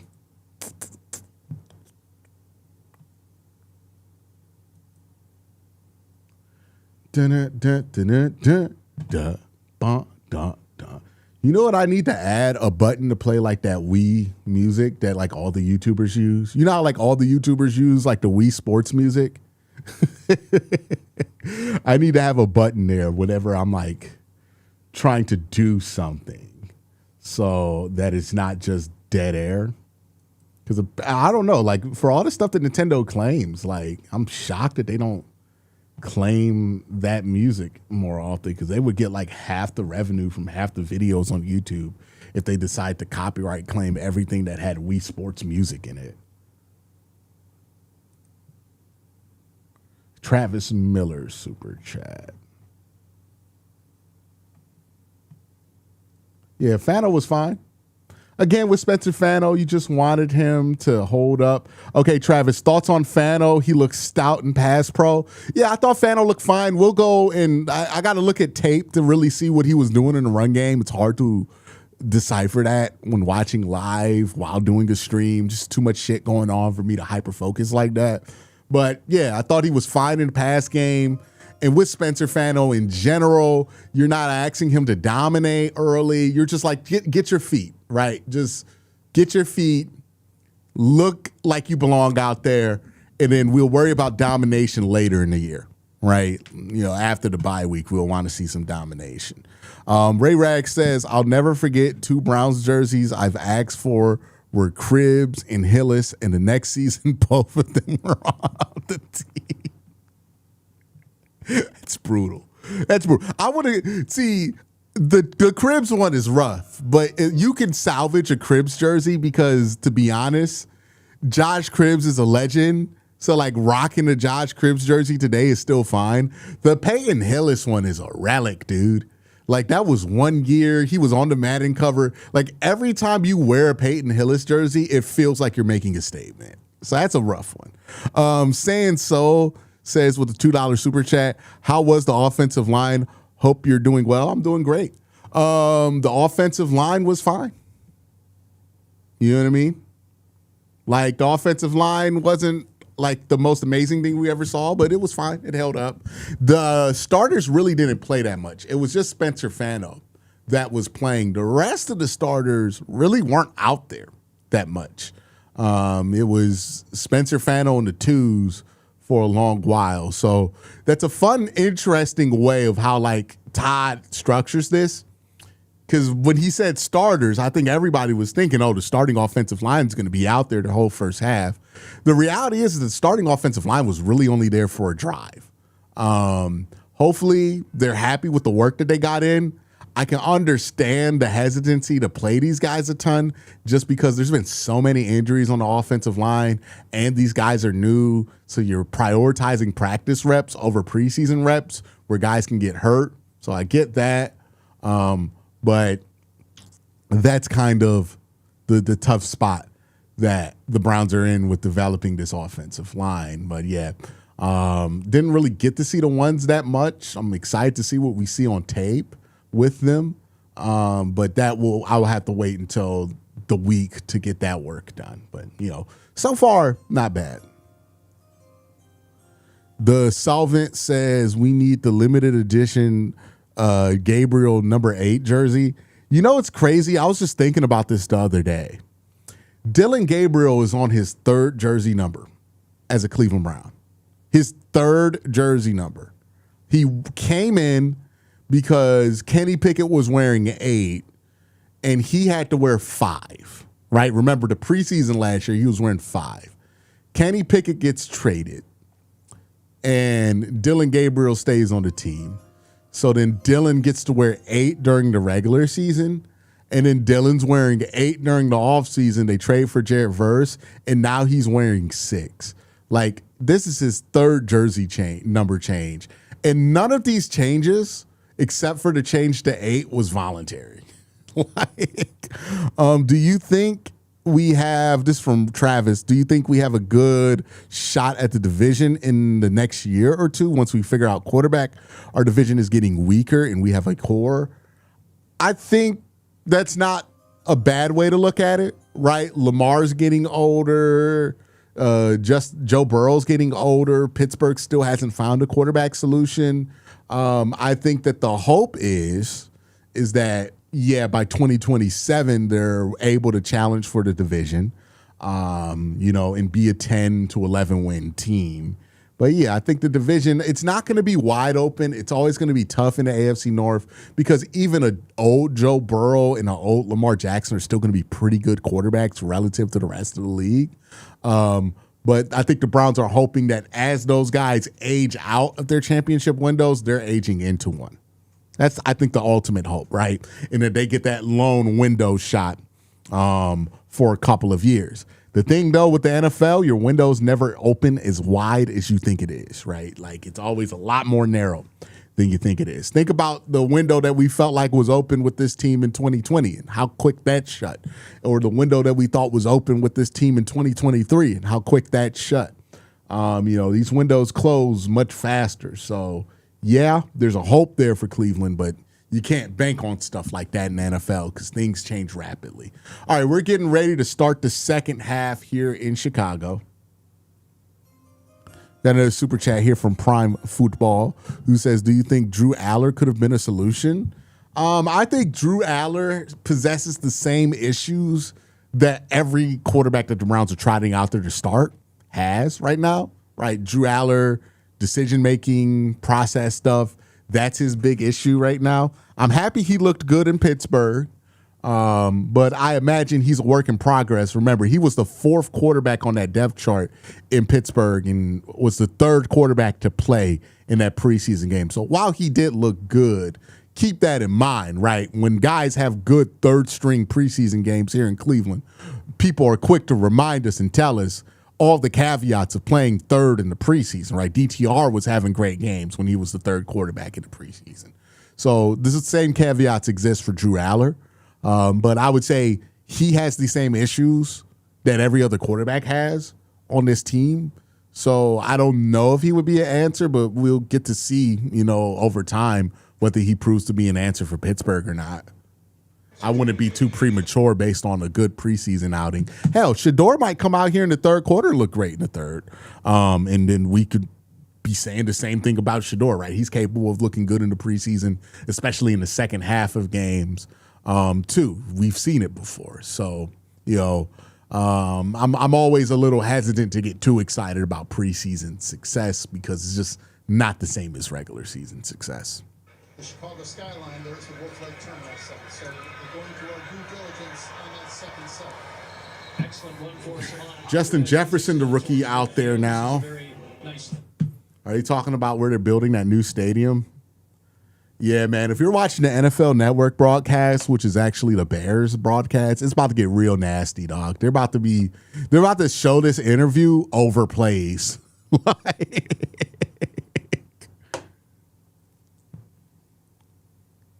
Someone says Shador's good, capable of looking good in the regular season too. Yeah, he's looked good. He's had a couple of good games against some teams. I think the Raiders game he was good.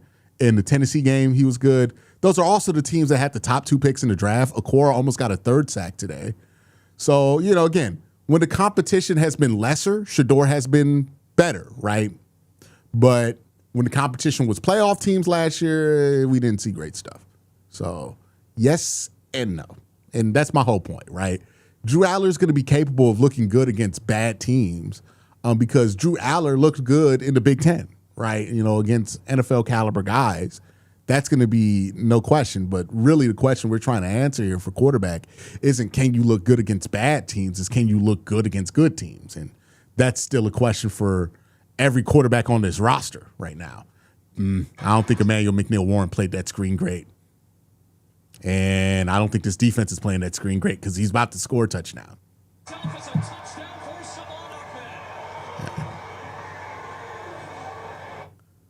That was a rough rep for everybody on the field.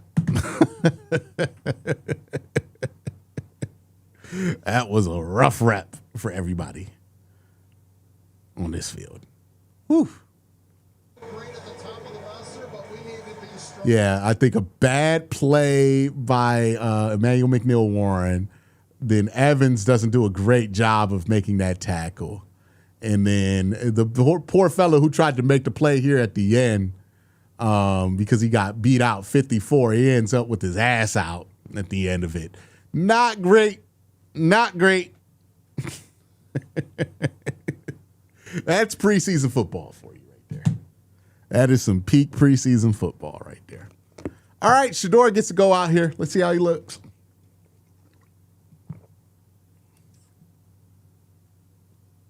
Yeah, we had the missed sack earlier. Yeah, we're getting some peak preseason ball here. That's crazy. That is crazy. All right, Shador, entertain us, please. Make some plays. Throw the ball downfield. I think Shador's going to get one big play to Isaiah Bond at least. I'm hoping for that. That'd be fun. Mighty says they didn't catch the hold. They didn't call the hold. They ain't calling nothing, man. It's the second half of the preseason. Anything that's going to stop the game, they go, nah, let it roll. Let it roll. It wasn't that bad. Play through it, young fella. Play through it. You know what I mean? Let's try to have some guys. I see the comments. Let's try to have some positivity here for Shador. You know what I mean? We can muster up some positivity for Deshaun Watson, given everything we've seen over the last 3 years. We could be positive in the preseason for Shador.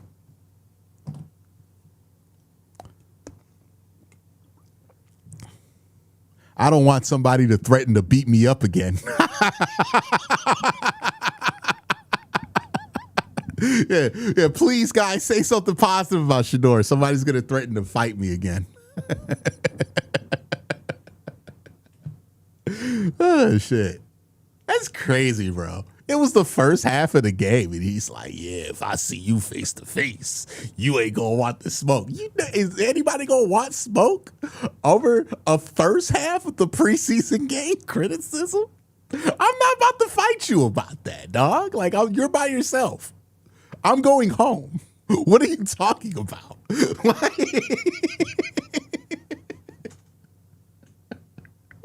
Oh, shit. Goodness gracious. All right, man. Let's get to this game. We're back. This is a big moment for Savannah Ahmed.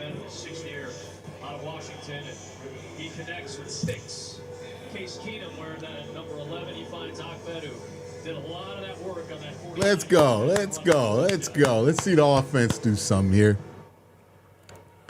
Bears have their first lead of the day. Here's Raheem Sanders. They call him Rocket. And he takes it out to about Okay, Sanders with the ball at the 30. All right, Shador. Yeah, look at the guys out First action. There's Jones. Hey, there's a rookie center getting down the field. And then look at the running back. Again, This is where he's really I'm not too fixated on the execution from Shador. Obviously, you want to see some plays be made and him have some success, but it's really the process here that I want to see. his dust. How Right? is this different for me? And that's where I want to see the evolution at, the process. This guy was a freak athletically, by the way, coming out of Washington. I mean, years ago. It's nice to see him get his shine. Shador Sanders starting the second half for Tom Monken's Play action. and he delivers on Nice throw to Gage. Good play by Gage. And nice. Great job. He's their top punt returner, but he's got some speed. This is where, right after the play, getting them in the huddle, get them in out. Opportunity in the second half. See how much time is here. 4 as a rookie. Won his last They got two DeJuan Jones out there, huh? almost 200 yards passing. And we saw him actually here in Chicago, 59% completion. All right, under center again. 7 touchdowns to Oh, God, can't have that. Fumbled the snap. He tried to jump back on All right, Shador. Marshall and rescue it for the Browns. And that's, you're right, Stacey. It's about, I think he had 3 turnovers in that game against Bears, or like even here, quarterback center exchange. First things first, got to start with getting the quarterback center exchange. Nah, it looked like a good snap. I don't know why he didn't hold on to it. And just Watson gets that one fumble. Shador gets that one fumbled snap. Just don't let it happen again. It's not going to be that big of a point of criticism. in there at center. All right. Off the Detroit practice squad. That ball is deflected in the air and it falls harmlessly incomplete. It was hard to believe a couple of years ago the Bears were in quarterback competitions, and they drafted. Let's see. Are they going to show a replay of that? Obviously, we know what the future will hold, but Jim, how difficult is it to go through it? Hey, defensive lineman got a hand up there.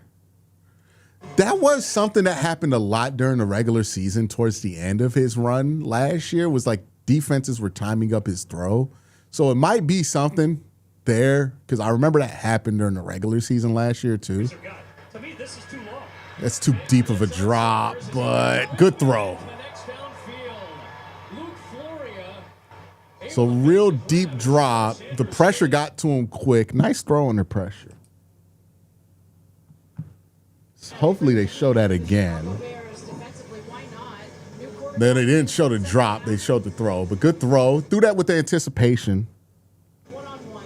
Josh Blackwell Under really pressure. can't do much about it here in open space. With Although they anticipation. limit him in a severe way, given again the attrition injury. All right. Let's To continue. the secondary. He can play nickel, he can play outside, he can play safety. Under center here. In the past for the Chicago Bears. It's an excellent special. Little toss. Toss play. And about a 2-yard gain. Oklahoma helps finish it off. Sewell was there, along with John Rapp. Good job by Shador, staying in there, staying disciplined, getting back to the middle, and then throwing a dart there. So that's really nice. Again, we're looking at process with him, right? Ball out quick. The drop was a little deep, but there was pressure, so I can excuse it. Throws out there under the pressure. That's much better.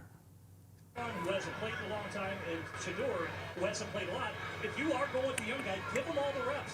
Let him see so he can learn and go from recall. Let's go empty Will expose him to everything in practice. here.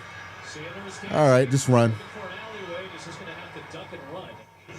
I think you make a very good point, Stacey, because Third and short. such a luxury that the Bears find themselves in. A lot of teams obviously Let's go 10 in the third. Gonna highlight that for film. quarterback, but it is a real luxury when you know who it is from the start of the first snap of the preseason into the regular season. The Bears know that, the Browns don't. Third and 5. Let's go here. 9 minutes left. It's hard to imagine. I asked him what Ben Johnson is like as a teacher, and he basically, paraphrasing it, said, he's the kind of guy you want to stick with forever. He believes in me, I believe in him. This is going to be a They're getting to the line good, getting down to the play call. There you go. Get to the check. Get the first. Keeping it alive for Marshall. And he gets hit near the sideline and forced out of Let's go for this. Let's go for this. Run something quick. I would like to see Shedeur do something quick off the throw here on a 4th down situation. Would love to get a rep in here. Meeting Marshall shy of the sticks, made some contact with him, so it is 4th and 1. In regular season, who knows if you do go for a play like this, depending on how aggressive you might want to be, you might bring the field goal unit out. But in this situation, preseason, there's no. All right, 4th and 1. Nah, I ain't gonna get it. Yeah, it's not been a great day for the run game. Run game hasn't had a great day. Chicago really trying to figure out some stuff because they were awful last year against the run.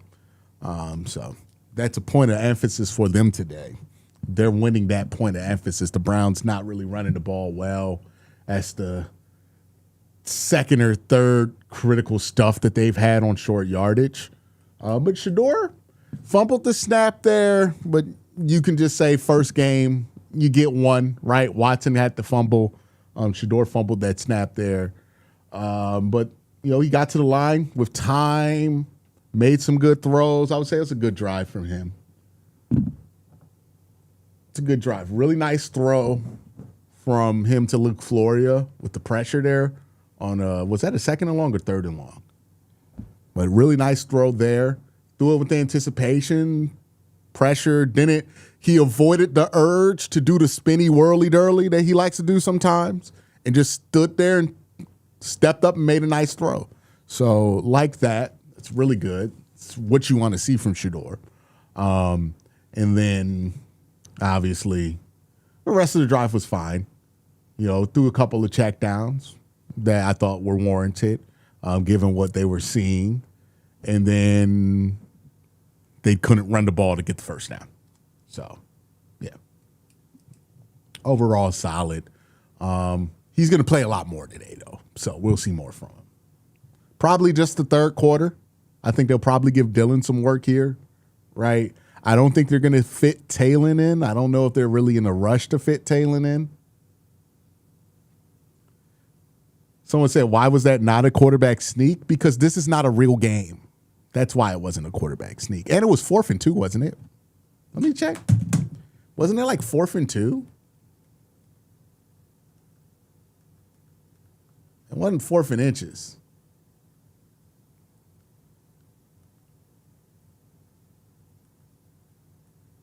Okay, it was 4th and 1, a long one.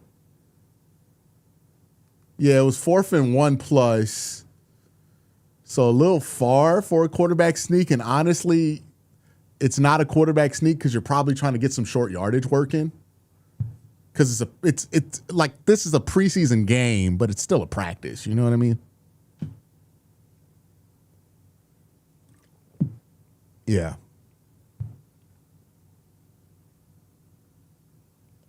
It's not a real game, guys. They're not play calling like it's a real game. Okay. They ran on 4th and 1 because they're like, okay, we've been struggling here. Let's try to get a rep here, right? This is more of a rep situation than a game situation. They're not play calling to try to win the game here.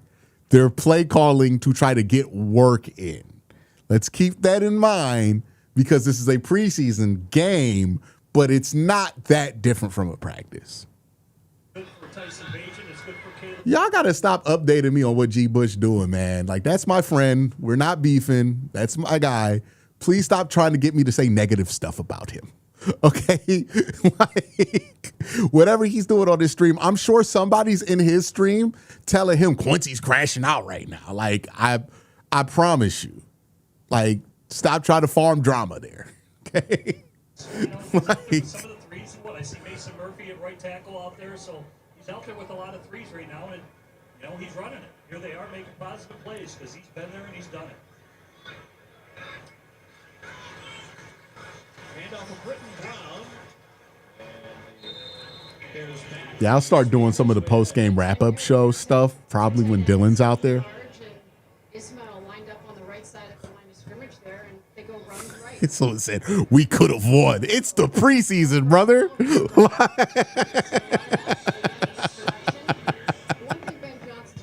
Yeah, I get, you know what? Somebody brought this up. I think somebody just super chatted it. It's the preseason for the chat too. The chat's just getting used to complaining about play calls, and maybe that's what's going on there. My bad, y'all. Let me let y'all get y'all reps in. Y'all want to get y'all reps in complaining about the play calling? Go ahead and do what you got to do. Right? You know what I mean? My bad. I ain't mean to step on y'all work. Checking with Jasmine Baker with a little bit more on this important role that Case Keenum plays. Important role is right. Tyson. So it said it's the preseason, so nothing matters, Q, huh? Is that what you're saying? No, that's not what I'm saying. Please stop saying please stop doing the do you like pancakes? No. Oh, so you hate waffles meme to me. Please stop doing that to me, right? I'm just saying the play calling in the preseason, it does not matter. Other stuff does matter, right? And we'll talk about the stuff that matters more. But if you want me to be like Todd Monken is unfit because of his play calling in the preseason, you're asking me to sound like a clown, because that's clown. Like I criticizing play calling in the preseason, that's clown. You can't do that. That's not what the preseason is for. Yeah. Like, you know what I mean? If you just want to get your reps in because you used to complain about the play calling, you just want to get warmed up, please let me let you cook. But like, I'm not gonna sit here and get mad about play calling in the preseason, y'all. Like, come on, dog. Come on, son. The way you want them to. The head coach can be pretty intense. Your offense coordinator can be pretty intense. Your quarterback coach can be pretty intense because, hey, we want it done this way. And all right, offense, let's get out there. Had a couple explosives from Shedeur. We know Shedeur can create explosives, though, right? You know, we know he can throw downfield. We've seen it in the regular season, him make plays downfield. Again, it's more about, like, the most impressive thing Shedeur could do is like a long drive. You know what I mean? Like a long 8-minute drive. That's the stuff, like, if he does that consistently in the preseason, that'll get me excited, because that means that his bread and butter bag has gotten deeper. And that's really what I want to see there.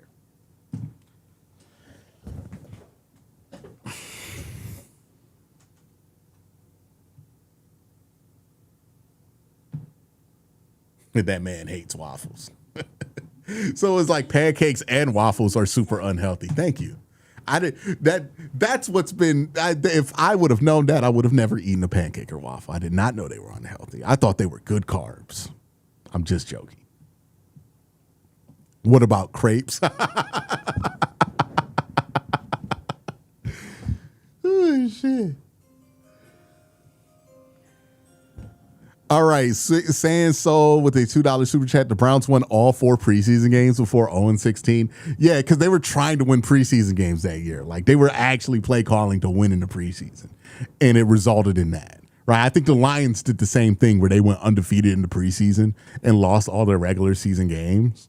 Obviously, it's not on the flip side, right? The Ravens won all their preseason games for like 10 years or something crazy like that, and obviously they weren't a terrible team.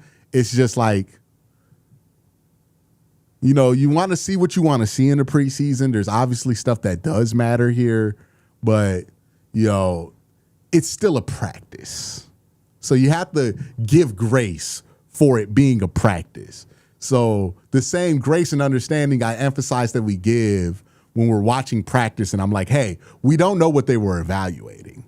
We have to also give in the preseason, because it's closer to a practice than a real game when it comes to the objectives of the people on the field, right? Once it's a real game, the execution and the success is all that matters. But in the preseason, there's other stuff that matters that doesn't necessarily contribute to the probability to win that you have to factor in. So that's all I'm saying, right? Factor that in.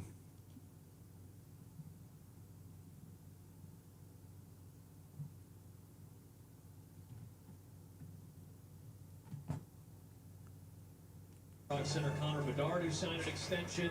All right, Shedeur under center here. Hand off, and he's going to have to start behind the sticks. Austin Barber back out there after having gone down holding his ankle. You think he's been out there for a little while. So love to hear that because the Browns can't afford any more injuries. Shador working with the regular crew, the third and fourth string crew, backup offensive line.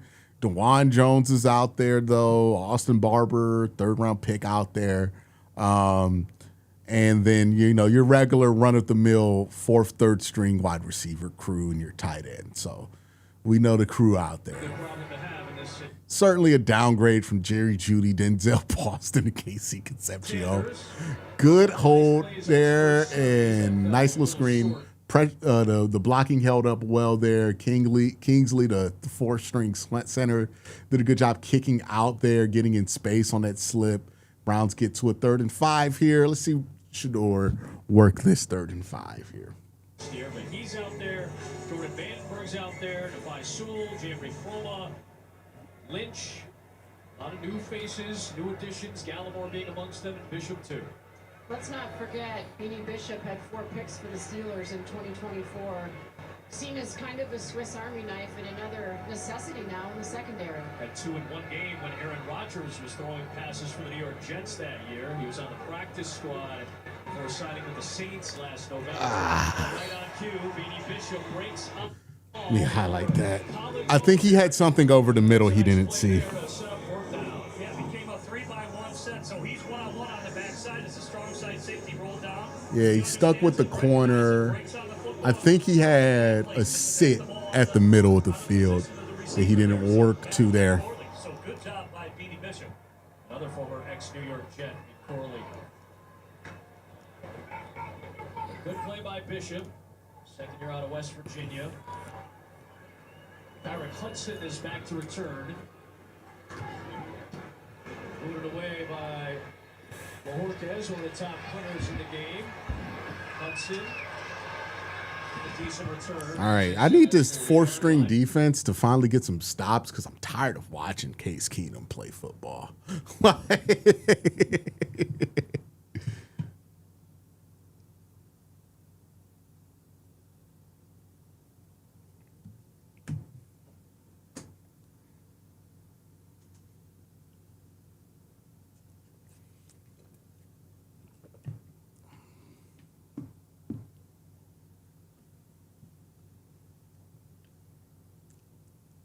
Oh man. Yeah, I think he predetermined he wanted to go there. I think he wanted to go to that curl. We'll see. I got it highlighted here. We'll look at it in the film, But that's something I have highlighted. We'll have to look at it, what was there, if there was a passing lane there. I think there might have been an opportunity to convert, but the wide receiver might not have been at the proper depth. I really couldn't get a great look at it. But I will say, Shador does seem like he's getting everybody in and out the huddle quickly. They seem like they're getting to the line with some time to look at stuff. And the ball is coming out quickly. He hasn't taken out a sack. So, the process stuff is pretty good there. The execution is what it is, up and down, but you're expecting that. But the process stuff is getting better there. Got to see what happened on that 3rd and 5, see if he got to where he needed to, where his eyes needed to. But not terrible there.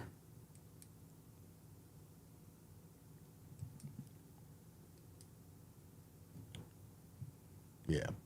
So it's also funny when I hear people talk about like Browns fans are uniquely toxic, and it's like from covering the league and talking to other people who cover the league, everybody feels the same way about their fans, man. It's this way across the league. I think fandom is just like this. You know what I mean? I don't think it's just uniquely the Browns fans. Everybody thinks their media is toxic too. You know what I mean? Like I've never seen a fan talk about how much they love the media conglomerate that surrounds their football team. Or any team in general. You know what I mean? Very rarely does that ever happen. It's like that universally. Everybody hates their media, and everybody everybody hates their fans, and vice versa. You know what I mean? Keenum floats it outside. Case Keenum is continuing to cook us with the most small cuts that he could do to make this shit take forever. God, I hate Case Keenum.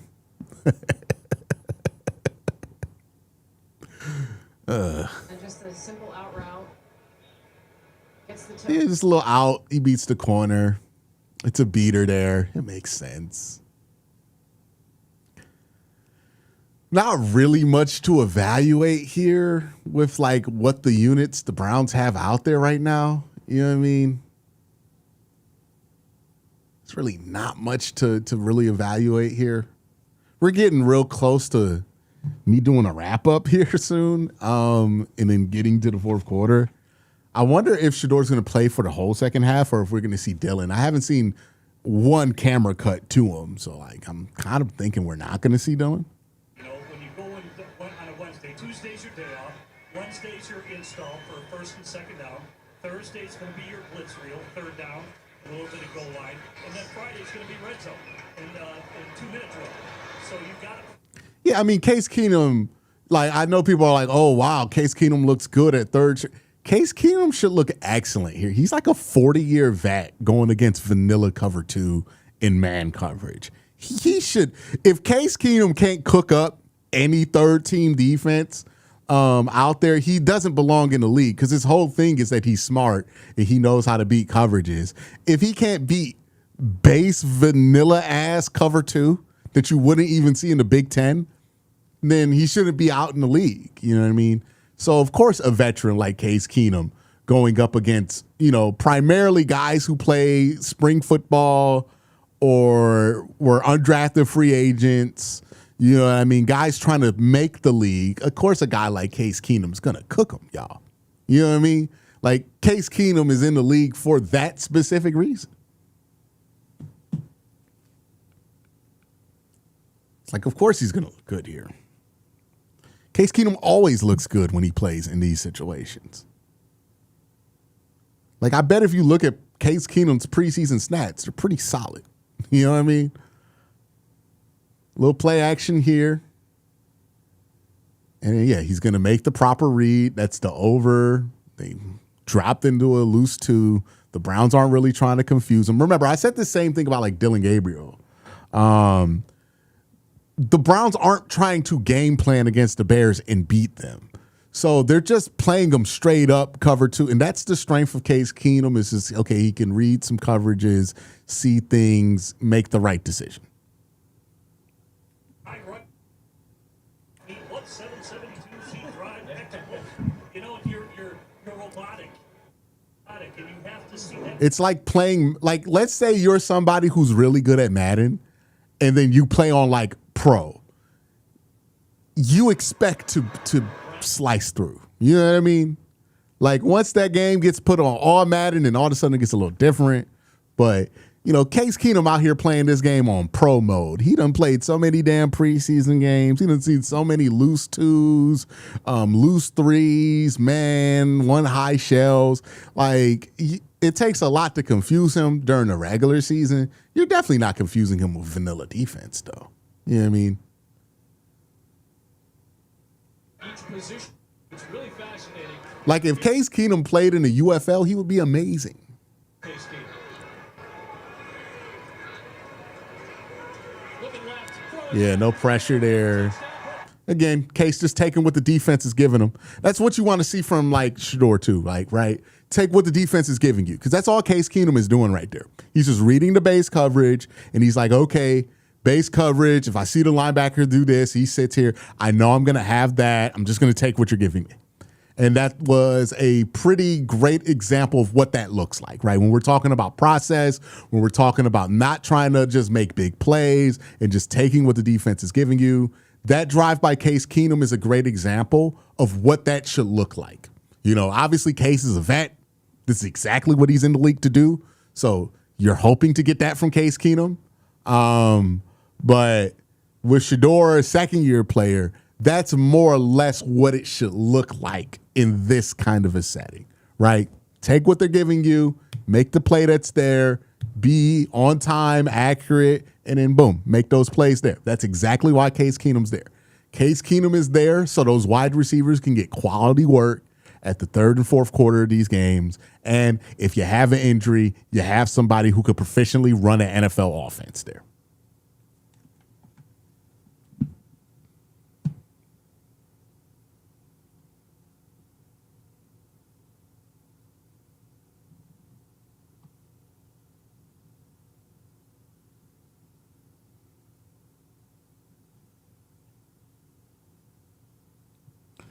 Wolf said Kevin got embarrassed in preseason meme QB.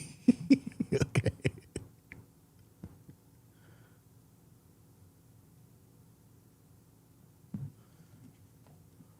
Yeah.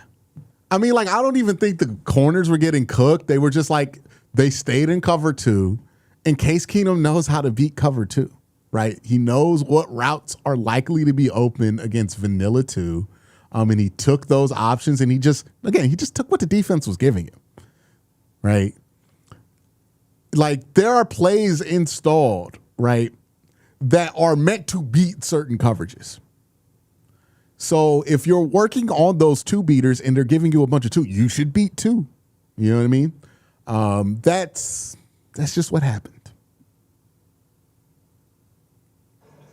Bears defense back out of the as Shedeur Sanders will go back to work from the 30-yard line. Bears defense with a couple of stops. Are we seeing Dylan throw on the sideline? Series so far.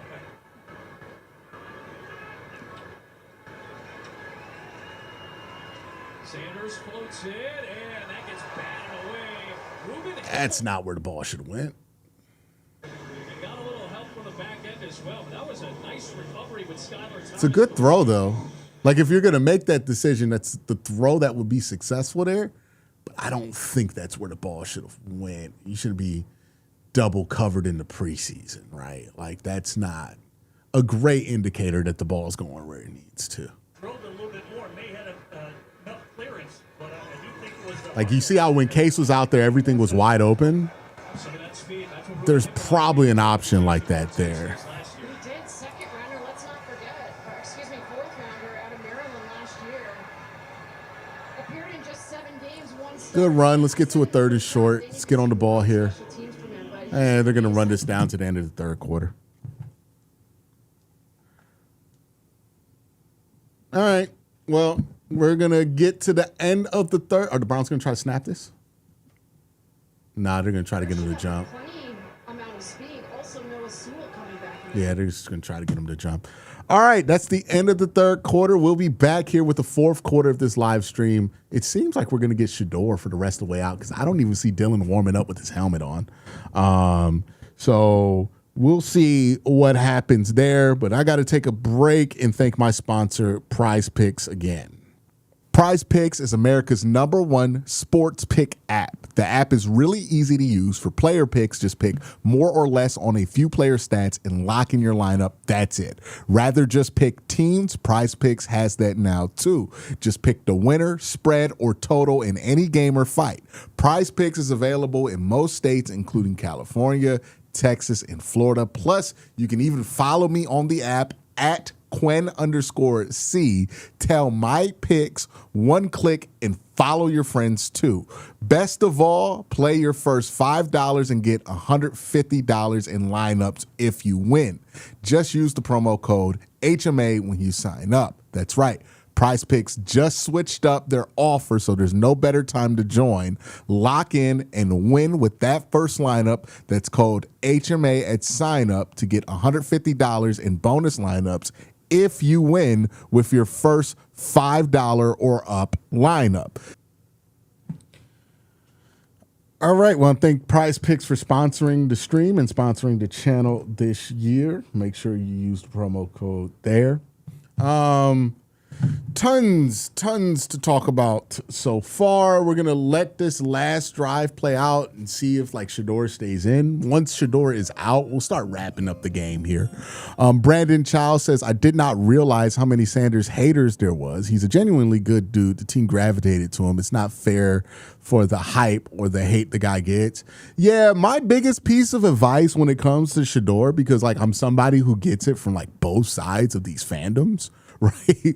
The I hate Shador fandom and the I hate the I love Shador fandom both aren't really fond of me. You just got to stay off the internet when it comes to Shador, right? This stuff exists on the internet. I know a lot of people who are Shador fans in real life. They're normal folks. We have normal conversations about it. They're understanding of the pitfalls and everything else, and they're not just like assholes, right? But online, people tend to act crazy because it's a public forum and they feel like they're being challenged, so they go to the craziest shit that they can go to. It's always important to keep it offline with certain stuff like that, right? With people with Shador, they act crazy. However people act online is how they act online, you know. So when you feel like you're getting too much of that, just log off. You know what I mean? Leave that out. That's what I try to do, because like there was a point where like I was getting so much crap from like the Shador fan base that was affecting my coverage, you know, and I didn't like that. So I'm like, I want to be able to evaluate everything fairly. So I just, you know, I just mute the tweets and I move on and I don't stay online as much, you know. Because that's where most the toxicity is. It's online, because online is toxic. You know what I mean? Online is like dessert. You gotta just take it where you can get it. It shouldn't be your whole life though. It shouldn't be your whole diet. But yeah, certainly you're gonna run into some toxicity there with his fans, his anti-fans. It gets very annoying. But, you know, he seems like a good dude. When he's on the press conferences, he does a lot of charity work. I appreciate that, especially on the east side of Cleveland. You know, that's an area of the city that gets neglected by a lot of like the celebrities here. So love that he's supporting that, you know, love the stuff that he does off the field. But if I got to evaluate the quarterback position, you know, unfortunately, doing good things for East Cleveland can't win you the job. You know what I mean? And I got to evaluate the job for what's being asked of the quarterback. Let's talk about white weapons. See, Ray Rag says you could tell who Sanders trusts the most. He loves throwing the Gage. Well, he's thrown the Gage the most. You know what I mean? Like Gage was there last year at the beginning of the offseason program. Another tip ball for Sanders. That's his second one. Second batted pass. That happened a lot last year. It's something to note.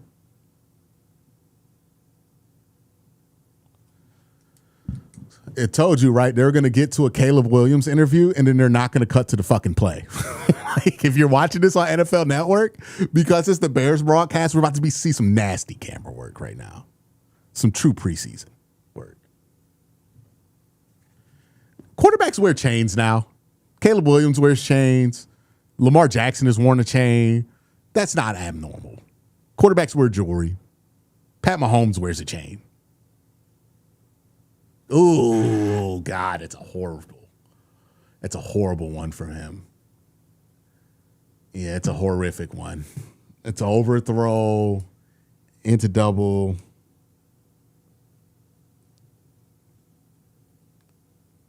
Not what you want.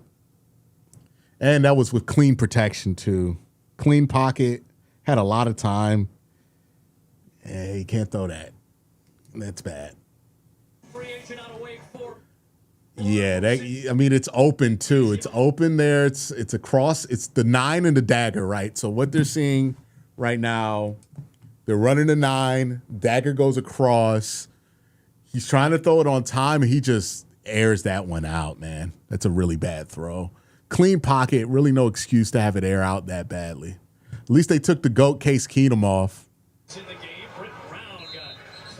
You know what I mean? We ain't got to deal with Case Keenum cooking us no more. What a great interview by Jasmine there. And we got Miller Moss, former USC quarterback. I think he played in Louisville last year. Yeah. See Garrett today. Logan Jones took the start. You know, that was a bad interception, man. No ways around it. Competitiveness. That was the one thing Bradbury talked about obsessed with football, but he's so competitive. Even playing bowling recently, they were out on the bowling alley, at the bowling alley. And Caleb has to win at all costs, which we saw in the fourth quarter. All right, 3rd and 12. We're getting some real fourth quarter of the preseason quarterback play here. Yeah, this is some real fourth quarter preseason shit. My goodness. Whew. Not good. Christian Corley says it's important to note most of his interceptions last year came from inaccurate throws or the ball getting tipped at the line. 7 of them, if I'm correct. Yeah, I mean, these are issues, right? Getting the ball tipped at the line of scrimmage is something that happens when you have a timeable release or you're not good at finding passing windows. We've talked about this with Baker a lot, right? Because people were like, oh, he gets the passes batted because he's short. And that's not the problem with Baker. Baker's issue was passing windows, and I think he's done a better job of that later in his career. But it's a skill thing, right? When quarterbacks are consistently getting balls batted at the line of scrimmage, it's usually a skill thing. Yeah, DG's coming in. Is DG coming in? Is that confirmed? Do we got that confirmed? Let me go pull it up.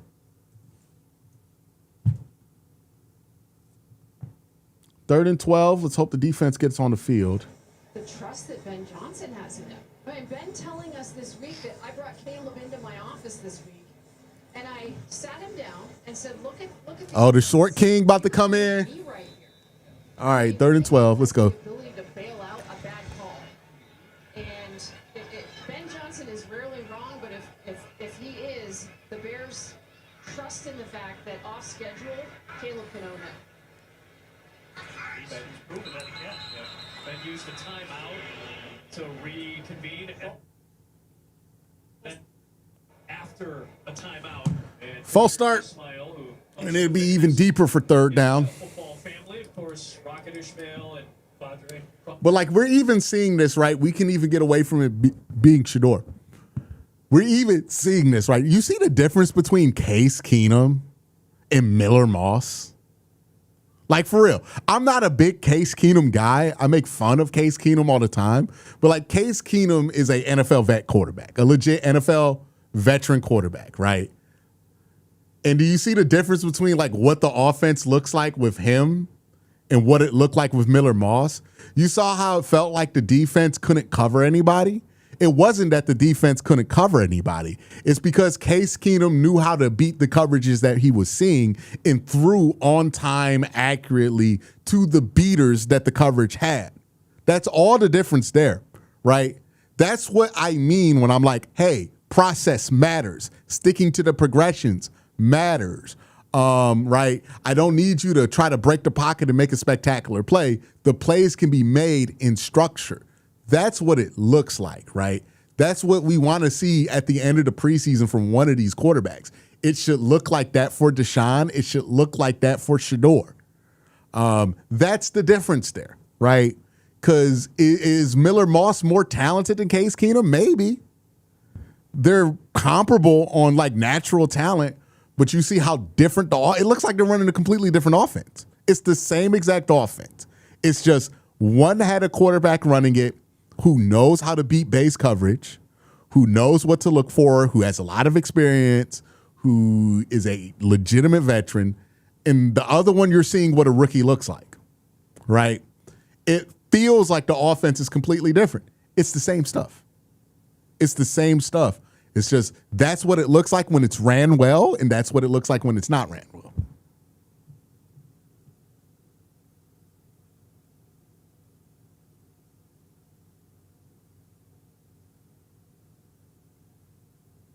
And right now with Shador, we're not really seeing that, right? It hasn't been a great outing for him. Both the big plays he made were out of structure. Well, no. I would say the throw he made under pressure, that was in structure.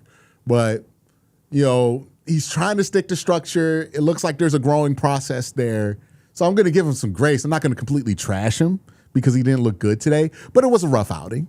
Right. There's certainly a throw or two he wants back, a decision or two he wants back. He threw into a lot of like a lot of double coverage. Well, he threw a couple of throws into a situation where it's double covered and I don't think that's the goal here, right? When you know what they're running, the space coverages, it should be open. So yeah, you know, that's the difference, right? Between a quarterback who knows how to beat coverage and is a veteran. Like, honestly, how Case Keenum looked is how we want Deshaun to look in the preseason. It's crazy that we're saying that we want Deshaun Watson to look more like Case Keenum, but like, that's just where we at. Okay. But like that, how it looked with how easy it looked with Case Keenum, that's what offense should look like in the preseason. That is the goal. It should look easy because it is easy. It's base coverage. It's not difficult from a mental standpoint. It's easy work. You know what I mean?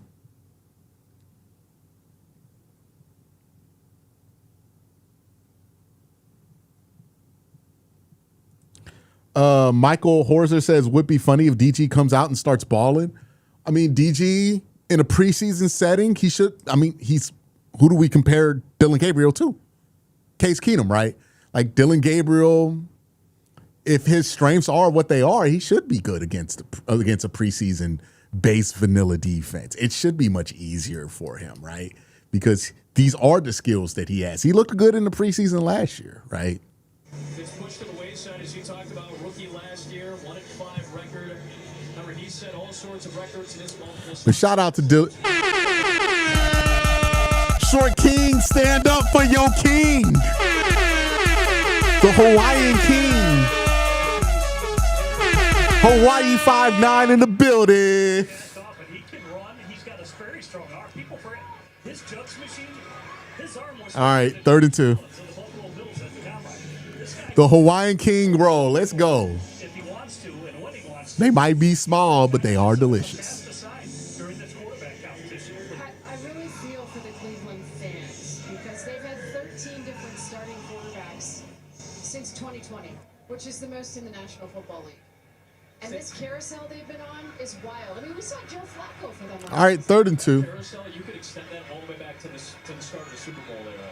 And certainly when Cleveland relocated back as a new franchise in the late 90s, nobody has had more quarterbacks used than the Cleveland Browns. Dylan's going to run for a first down here. Going back to the late 1990s. Little quarterback direct run here. They're trying stuff on these short yardages, right? Like they're just trying different things to see what works, what looks good. And as we discussed earlier, what a luxury for Ben Johnson. He has his guy, and he has a room that's going to support that guy. And I think he did it right. He did it right because he gave the young quarterback the support he needed, from the offensive line to the tight end when he drafted Colston out of Michigan, the receivers that they brought in, DJ Moore, the receivers they have now. You look at the Bears earlier, even in my time, from drafting Kate McNown to Rex Grossman to Dylan. Get rid of the ball, buddy. Can't just take the sack there. And I think Ben Johnson's doing it the right way with Caleb.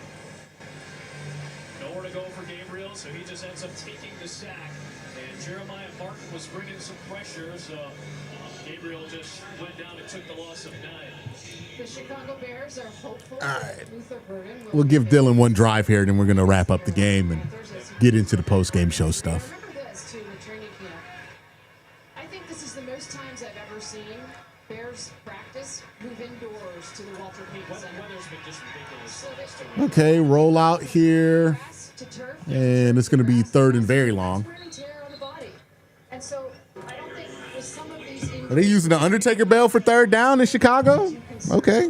because there's some discomfort when you're moving from grass to turf on your body, especially for some of these speed guys and the bigger bodies on that turf. A lot of soft tissue issues, a lot of knees and ankles. The hope is that Mic check. injury We're good. will solve itself in the run-up for Luther Burden. Montez Sweat's been in and out, going back to about 10 days ago. He had an injury in practice. 3rd down and long for Dylan Gabriel, the left-hander. Got time, and he overthrows. Ooh, boy, that's not good.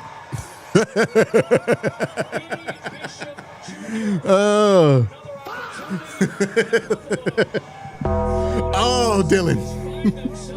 Oh, no. Oh, no. The Short Kings are down. Oh, they're dead. Everybody 5 and 11 under has been disappointed. Oh, Dylan. Oh my God. It was a duck too. It smacked him in the face. Dom DeMarco.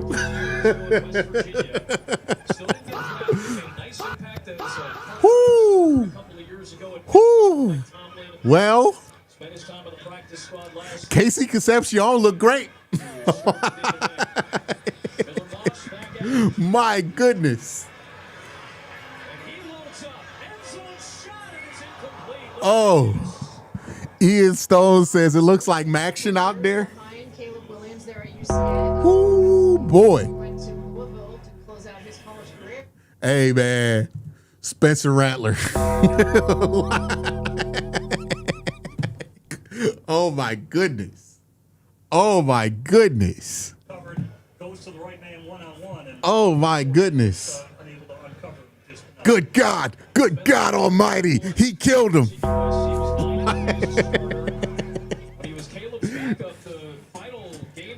Damn. Damn, it's two back-to-back drives with two really shitty interceptions. Oh, my goodness. Whew. Ooh, boy. And he stood in there and delivered to JP Richard. And like Deshaun didn't look amazing, but he's definitely like had the best game of everybody we've seen played. I mean, he did not throw an interception. He almost threw an interception, but he did not throw one. Ray Rag says, I can't wait till next season. Damn. I can't wait till next season when we have a legit vet on this team. DW4 might be a vet by definition, but he sure as hell don't play like one.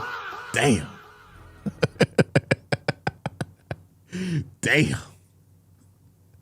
Whew. Whew. Someone said put Iguodala in. Andre Iguodala?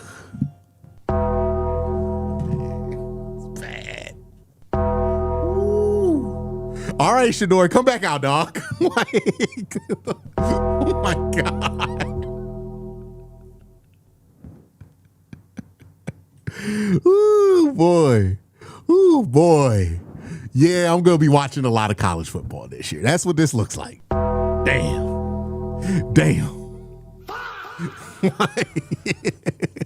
Hey, man, does Baker want to come back?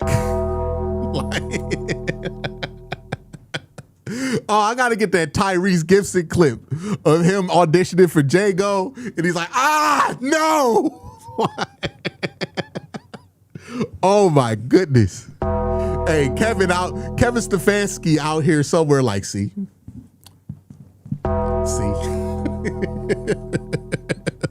Wasn't just me.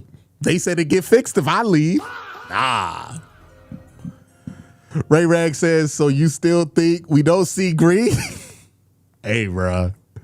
Why? So he can throw it. Why you want Taylor Green to go out there and throw an interception too? You know what I mean? Like, why we want Taylor to go out there and throw some interceptions?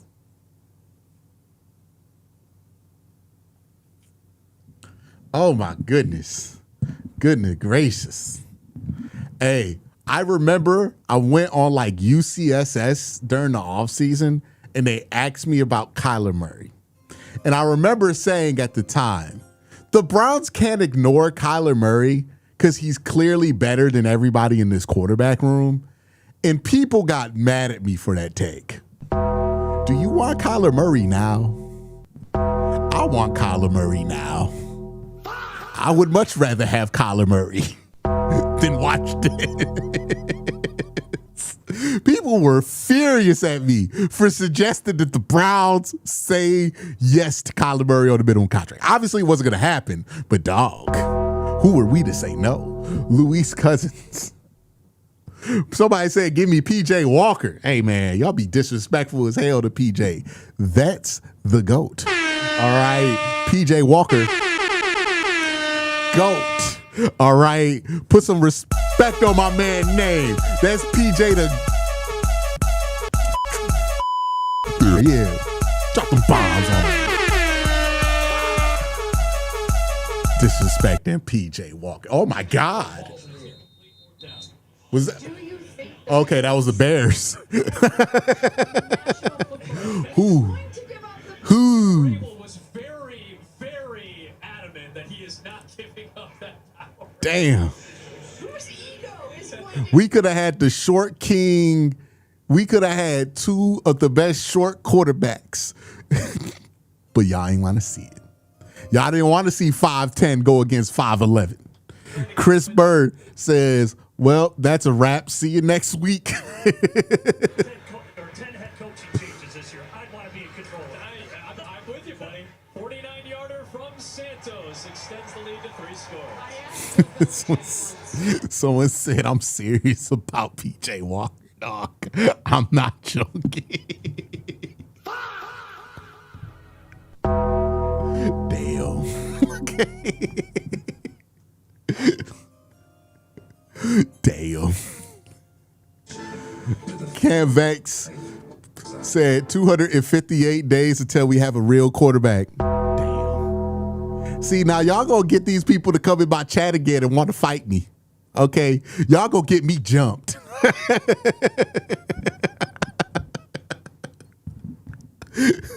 Y'all gonna get me jumped, man.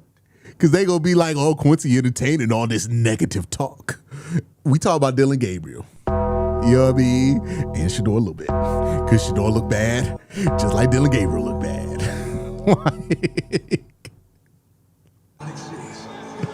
Oh my goodness, man. Whew. Whew. Someone said there's some dorky comments in here. Dog, on one of my Q&As, somebody made a reference to the Civil War. It's just a lot of nerds in here, dog. It's the internet. It's the internet. If you think there are no nerds in a chat on the internet, where do you think you are? Real life? The internet's have run, the nerds have run the internet since the internet. The nerds created the internet. Complaining about nerds at the internet, dog. You at the wrong place. You want to complain about nerds, you got to be watching this stuff with people in real life. Just making that point. Or Rod Knows says, I hear Dennis Schroeder up for a trade. Damn. Damn. Damn. Damn. Hey, man, we going to have fun with this year, man. We going to have fun. Will Levis available? Hey, stop. Okay? I will draw the line there. Okay? This is not funny anymore. Why are you bringing up Will Levis? Somebody arrest him. Okay? Jail. I will live through a lot. Don't make me live through the Mayo Man. Nah, we not doing this. This is crazy. Everybody, it's about time. Yes. How do you expect the team to look next week? Better than this? We'll get to that once this game is over. We'll let the game wrap and then we'll start talking about that. But I appreciate you, Mighty. To build on this, hopefully you get better quarterback play. But, what we saw from the last two quarterbacks we've seen out here hasn't been too promising. But hey, it's the first preseason game. Maybe it gets better. We got an injured player on the field. They're going to cut the break here. Chris Bird just became a member. Someone said AR5. He looked just as bad as the dudes we watching right now. Rough. It's rough.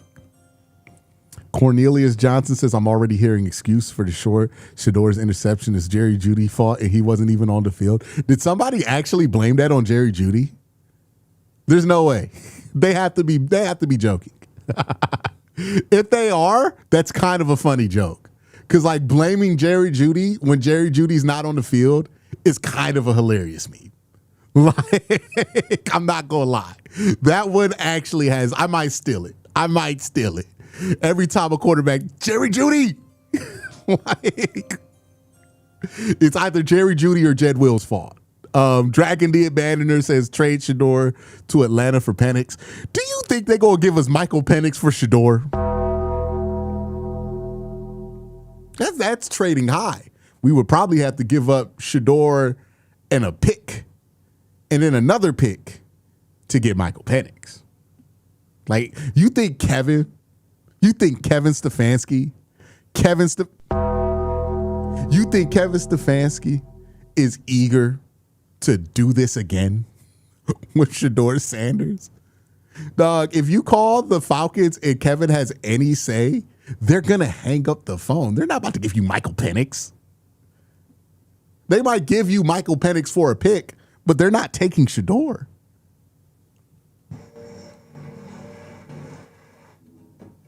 Like, after everything that fan base did to Kevin Stefanski, you think Kevin's like, yeah, let's get that guy back on the team. No, dog. He does not want him.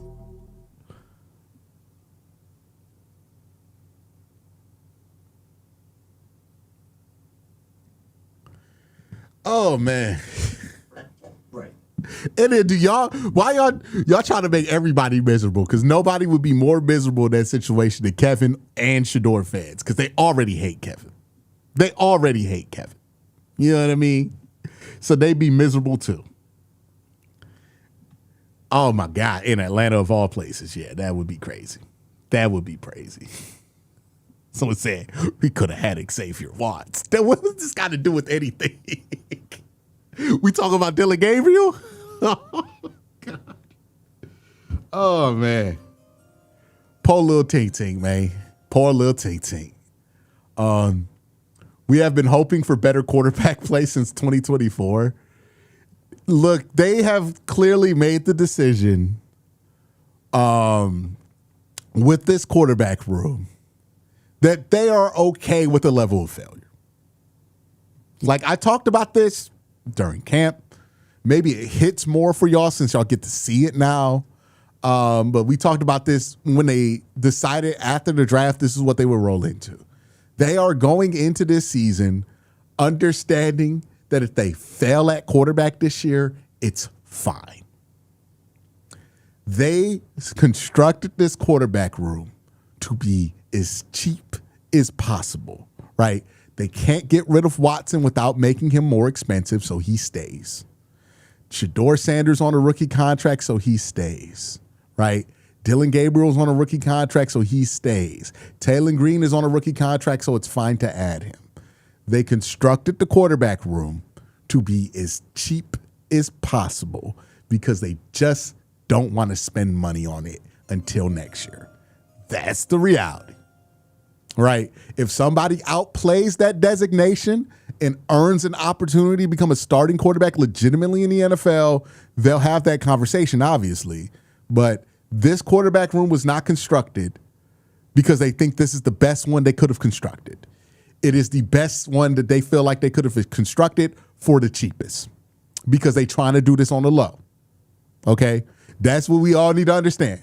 They are constructing this quarterback room on the low, for the low, not trying to spend no money, right? This is like if you've had a beat up car with a beat up engine and then somebody knocks out your like driver's side window. I mean, your driver's side, like your rear view window on your driver's side rear view mirror, right?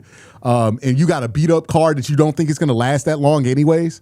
This is how you end up putting duct tape on it, right? If you've ever rolled through Cleveland and saw somebody with the plastic bag covering their window, that is somebody who has decided that this car is not worth the money to get a new window in. So we're just going to roll with plastic until this thing dies. That is the Browns quarterback room. I'm not trying to be funny. I'm really not. That's just what the quarterback room is. Andrew Berry is driving around with a quarterback room that looks like it got broken into, and he just put a plastic bag up with some duct tape to cover it up so that no rain get in. Because he's not spending no money on that car because he's about to get rid of it. That's what this quarterback room is. That is the cold, sobering reality. Can it outperform it? Sure. But that's what the intention is. I'm not even trying to be funny, man. Like, I'm not even trying to be funny. Yeah, we're driving with the donut on for like 2 months. You know what I mean? Dylan Gabriel, what the fuck was that, big dog? Well, little dog, my bad. Little dog, he's not big. Sorry about that, little man.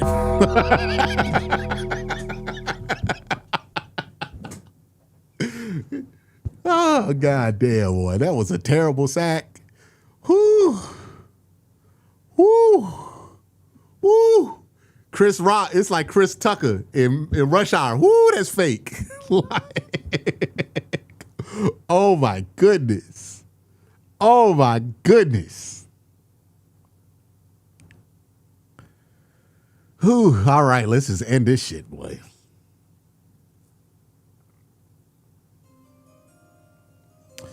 Ray Rag says the person who broke in, stole all of our money, and is squatting in the car is Watson.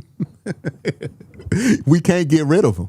Watson literally is a squatter on this team, dog. Like, I've never thought of it like that, but legitimately, Deshaun Watson is legitimately a squatter on this team. Like, if we could legally get rid of him, we would, but we have no real good legal recourse because he's just been here too long. Someone said Watson like the glitter from the strip club. You can't get rid of him. Damn.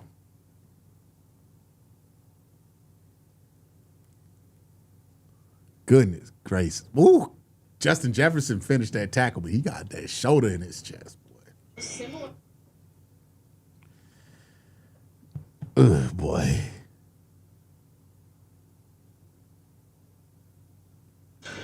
Whew. Oh boy, we getting some preseason football today. Hit that like button, y'all. Hit that like button. Hey, look, shout out. Senators fans did leave here with something. Like, if they can't leave here talking about how good Shador played because he legitimately did not play well, they gonna leave here with some Dylan jokes. All right. They have decided if we can't win, neither can Dylan. Okay. They hating. They really hating. Our best quarterback is Corey Bojorquez. Hey. Come on. Like, please give me 1 month of the regular season before we go here. Into Detroit.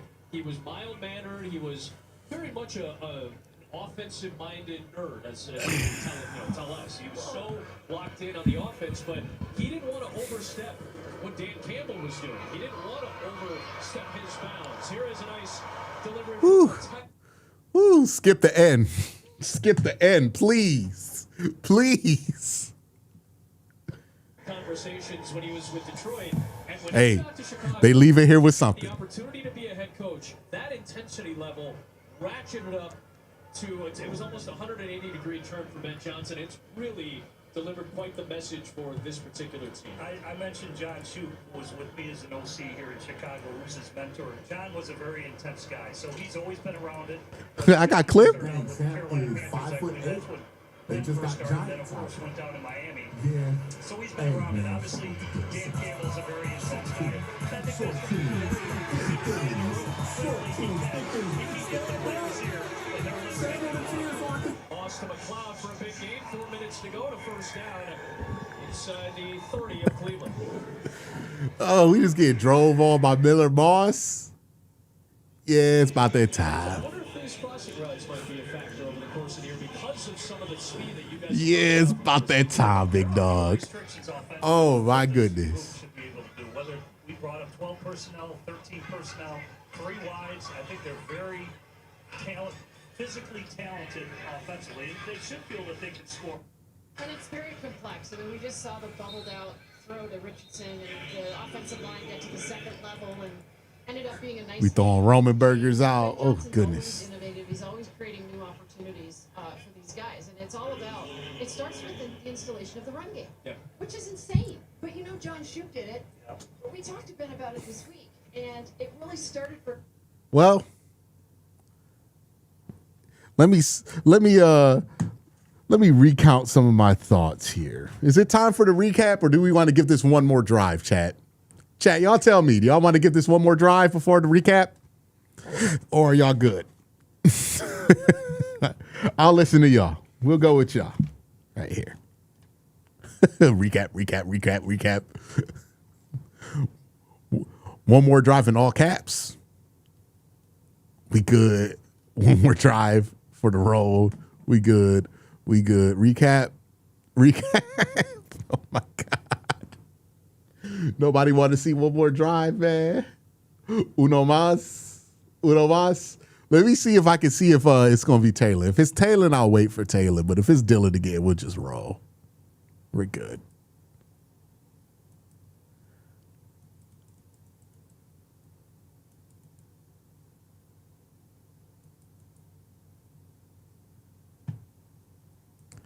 Man, what a day.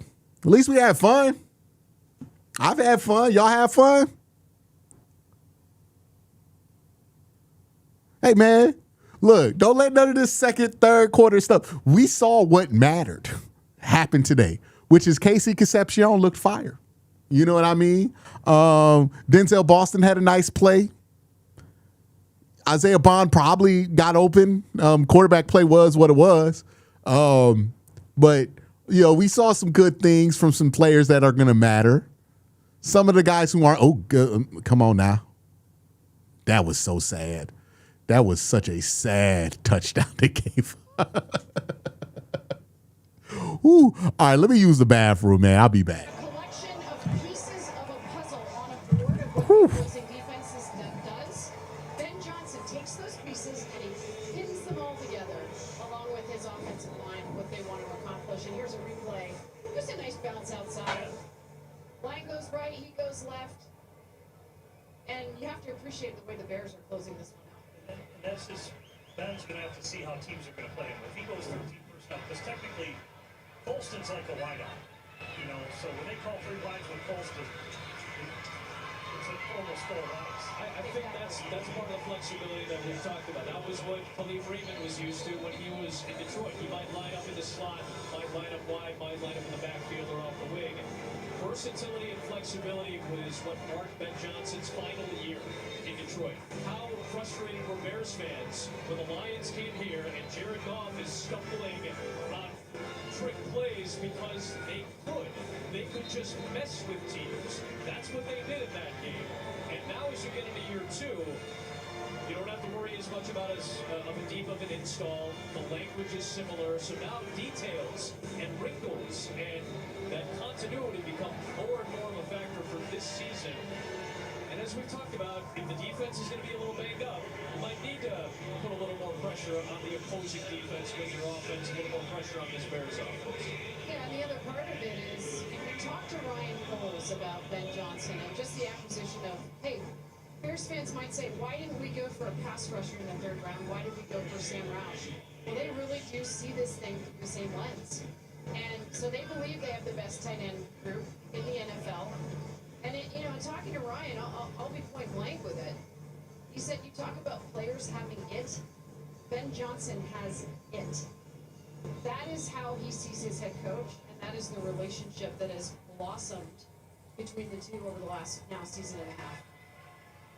Cole Wilson is on the return for Cleveland. They'll get past the 30-yard line with 2.5 to go. Cleveland still has all 3 of its timeouts remaining.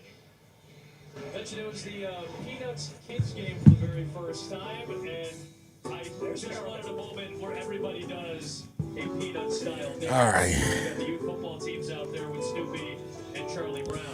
Whew. Well, you know, I'm trying to see where we are. They're showing like the Peanut Gang and all that. Is it Dillon? Yeah, well, I mean, obviously that's Dillon. One to back up to him is like 6'6". All right, let's wrap this up. Let's take the scoreboard off the screen. Let's wrap it up.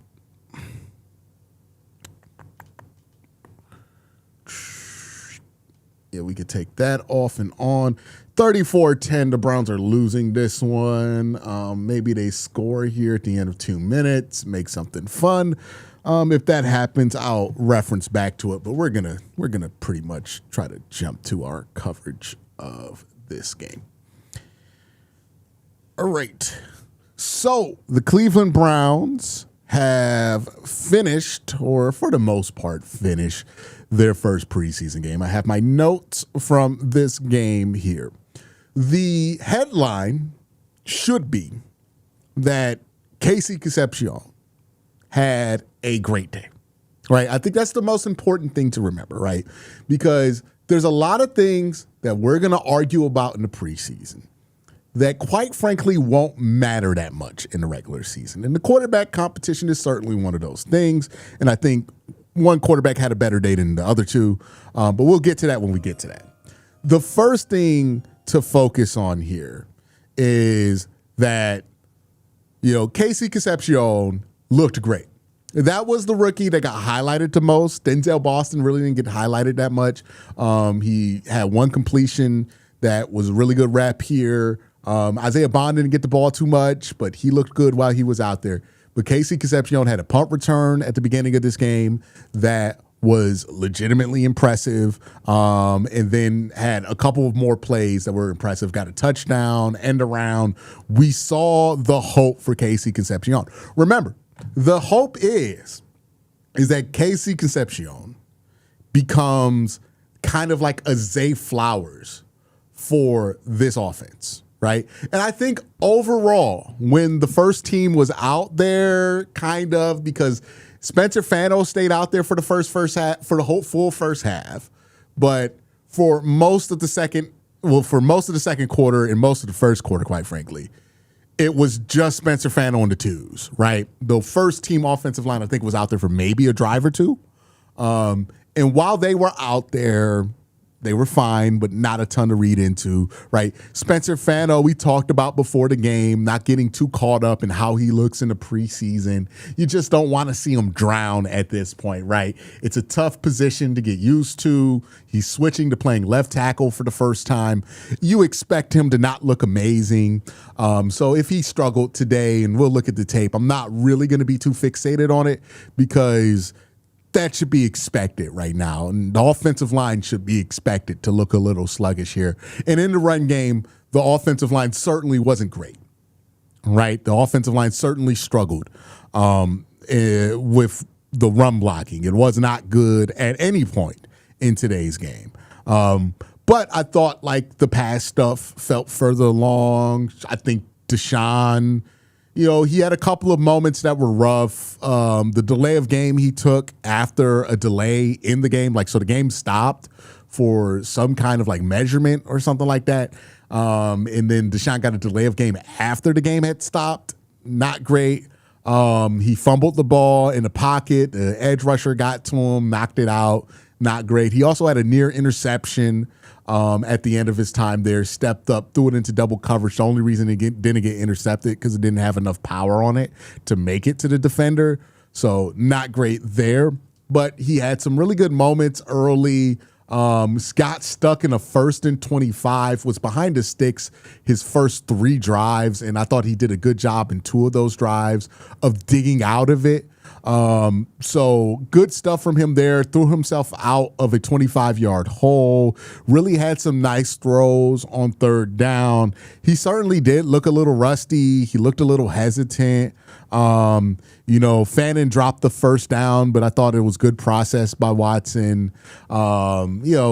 Just small things like that, but I thought Watson was fine today. I think in some ways the 3rd down stuff, he exceeded my expectations, but he was good. The other 2 quarterbacks weren't great.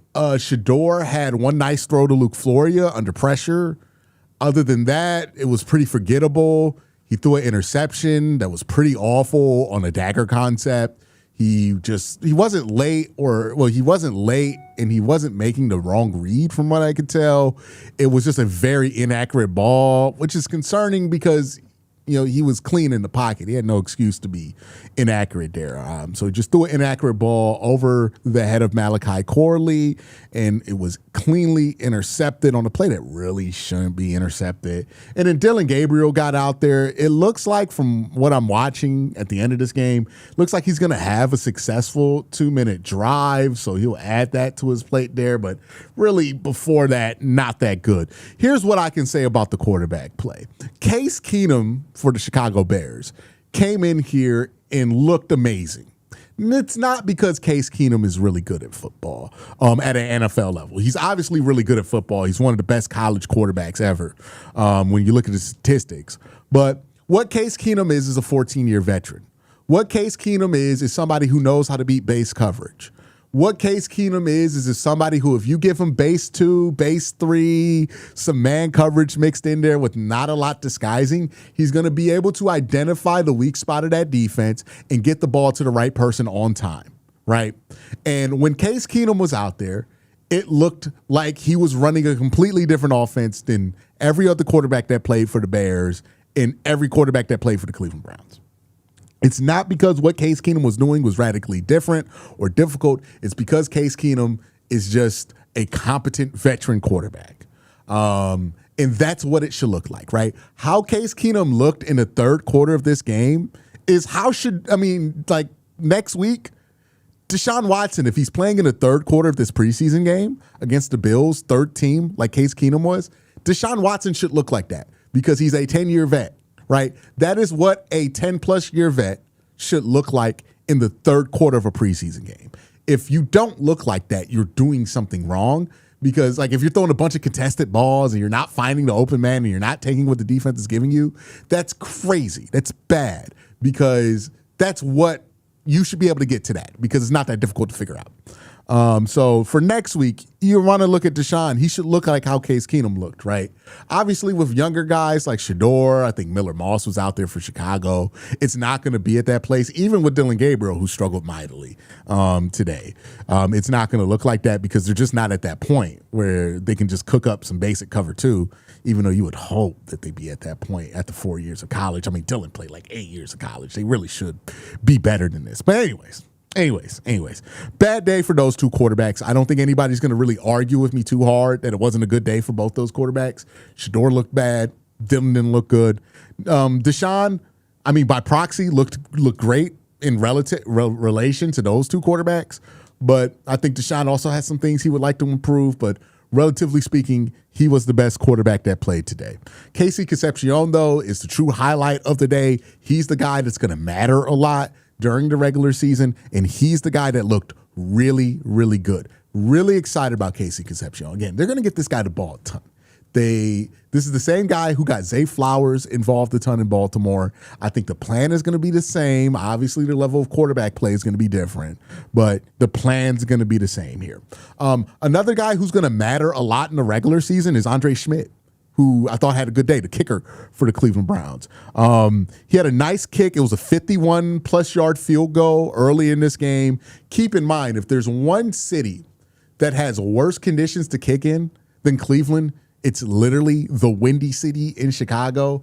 And remember, that stadium is built right on Lake Michigan. So tons of wind, ton of lake effect wind, all that stuff's there. Super hard place to kick. It was natural grass and it was on wet grass too. And he nailed that 51-yarder right through the middle. That's what you love to see from Andre Schmidt. So special teams overall was pretty good. I thought the special teams coverage on punt and kick return was pretty solid in this game. I thought the special teams coverage on punt return was good. Punt returns were good. Remember, Casey Concepcion's going to be doing that. Had a great punt return early. It's been such a long time since the Browns have had a competent punt returner, right? Like, the last guy who I didn't worry about returning punts, maybe Jim Leonard. That one time Mike Pettin let him do it. But like, I've been just wanting competent from the Browns punt and kick returners because I've seen too much incompetence there cost them. If the Browns could actually have a good punt and kick returner, I'm like, oh my God, right? Like, that would be amazing. But Casey Concepcion did good there. Pretty good day for the special teams. Remember, we're watching that unit too because they have a new coordinator. Browns fired the previous special teams coordinator. Everybody was pretty happy about that. Bubba Ventrone just did not do a good job here in 2 years. So super happy to see that the special teams looked a lot more competent than they did last year in the preseason. Defensively, again, we didn't really see much from the ones. No Denzel Ward, no Tyson Campbell. Half the defensive line is injured and half the cornerback room is injured too. We didn't see Carson Schlesinger, right? Jared Verse and Mason Graham were only in for like a drive. Didn't see much of them. A little bit of Grant Delpit, but not a ton of Grant Delpit. We did see a lot of Emmanuel McNeil-Warren, who I don't think had a great game from what I could tell from the broadcast. I'll look at the film, but I don't think he had a great day. But overall, the guys who were out there with the starters from the defensive back room, I thought held up pretty well. The interior of the defensive line was pretty bad, but they were playing with they had like Tyreek Sapp, who's an edge, and Aiden Huntington playing defensive tackle. And that's not what you want, right? Those are two undersized guys who are truly edges, but had to play D tackle for the Browns because they're in a pinch. So not really going to take too much from the run defense today. Didn't really get to see them in action. I think the corners that were out there for the first half held up pretty well, actually. It wasn't until the second half until things got egregious there. Thought the backup linebackers were pretty good, too. Easton Mascaras-Arnold, I thought he had a good game. And the same can be said from Winston Reed, who I thought had a pretty solid game. Dylan Sampson had a nice explosive play too early in this game. Love to see that. It was out of a screen. Remember last year, his most explosive play was out of a screen. I'm really excited to see how they get guys like him the ball, Isaiah Bond the ball, because I think that they were truly underutilized last year, and this year they can be utilized quite better. The Browns starting defense they played in base nickel, 2 linebacker sets. So that's basically what we're going to see. The third linebacker is not a starting position anymore. We kind of anticipated that, but that was what it was there. Any other notes for this game? Shador, we talked about Shador. We talked about Dylan. We talked about all the quarterbacks. Okay. So let's get into kind of what we can view from this week, what we hope to see next week, how we hope things improve going forward. All right. So now that we kind of wrapped up and recapped today's game, right? There's what happened today, and then there's what's going to happen in the future and what we hope to see in the future. From the quarterback position, I think it's obvious what you hope to see. Improvement, right? We're not at a great place. I hope everybody can see this now, right? Because when I've said this before, people got mad. I'm not trying to be critical just to be critical. I just don't think the quarterback room's in a great place. We can see that now, right? Wasn't a great day from the quarterback room. Even Deshaun, who had the best day, still you could argue the best quarterback today we saw was Case Keenum, right? Not great. Not amazing. Not what you want. Obviously, there's going to be some expected growth that's going to have to happen. This is a new offense. All the caveats are there. But you hope to eventually get to a point to where Deshaun Watson or Shador can look like Case Keenum in the preseason. Obviously, in the regular season, you want to be better than Case Keenum. But in a situation like this, defense is going to be pretty easy. You want to see these guys do more of taking what the defense is giving them. And from none of these quarterbacks, I don't think they did a good job of doing that. I think Deshaun probably did the best job of doing that, but I think all of them have a lot of throws that they would like to take back. So quarterback wasn't amazing, but what we saw from the young wide receivers was really good. The run game, I need to see improvement from next week and the week after, because what we saw this week is concerning. We didn't get to see the ones out there a lot, so I'll give them that grace, but the run game was really concerning.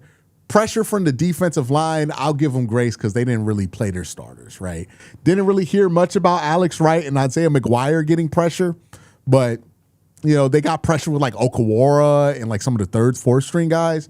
But they're probably not going to be on the team by the end of the week, so can't really get too excited about that. Would have loved to see more pressure from, McGuire and Alex Wright, but just didn't get to see it. And really would like to see the run game be more productive. I thought the run game was a little disappointing. Well, not a little, very disappointing today. I don't know what the numbers ended up being. I think they had some good runs pop off in the fourth quarter. What's the running back's name that was running here in the fourth quarter? Let me try to pull up his name real quick. I think it was number 29.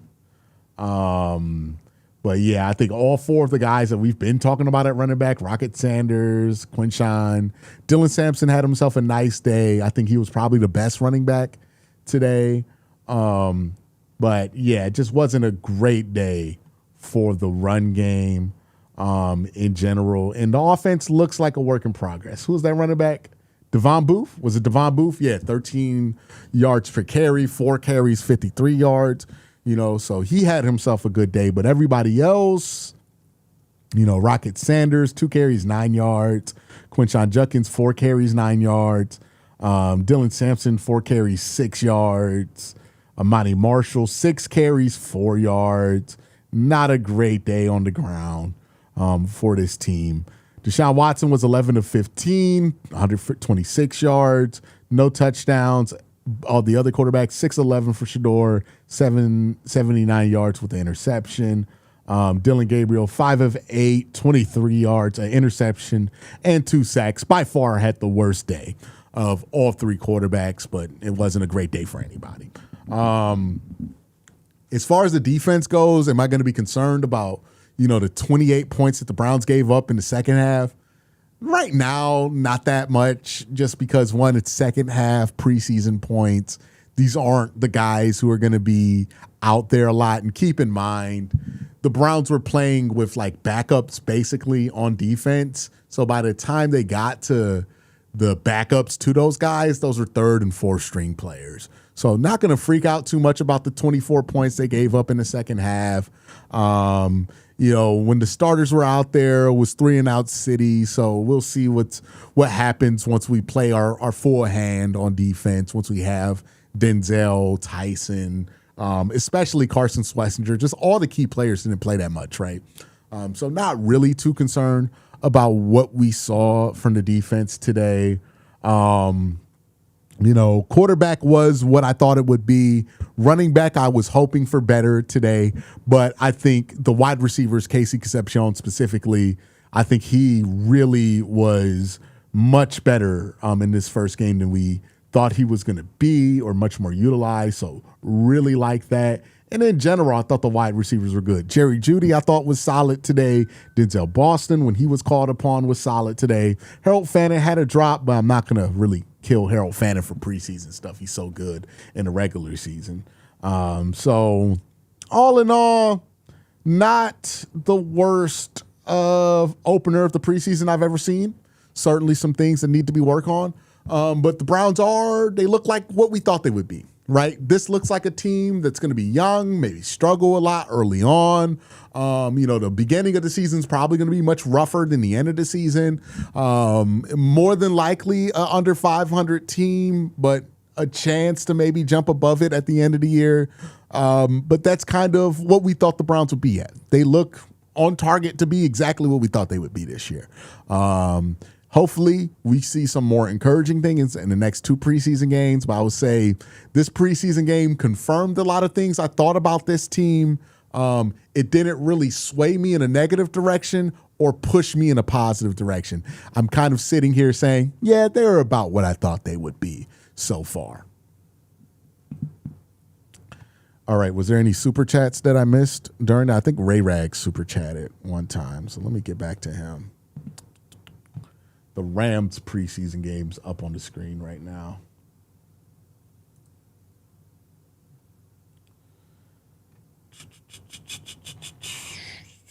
Yeah, let me check and make sure I didn't miss any supers, and then we'll probably wrap it up for today.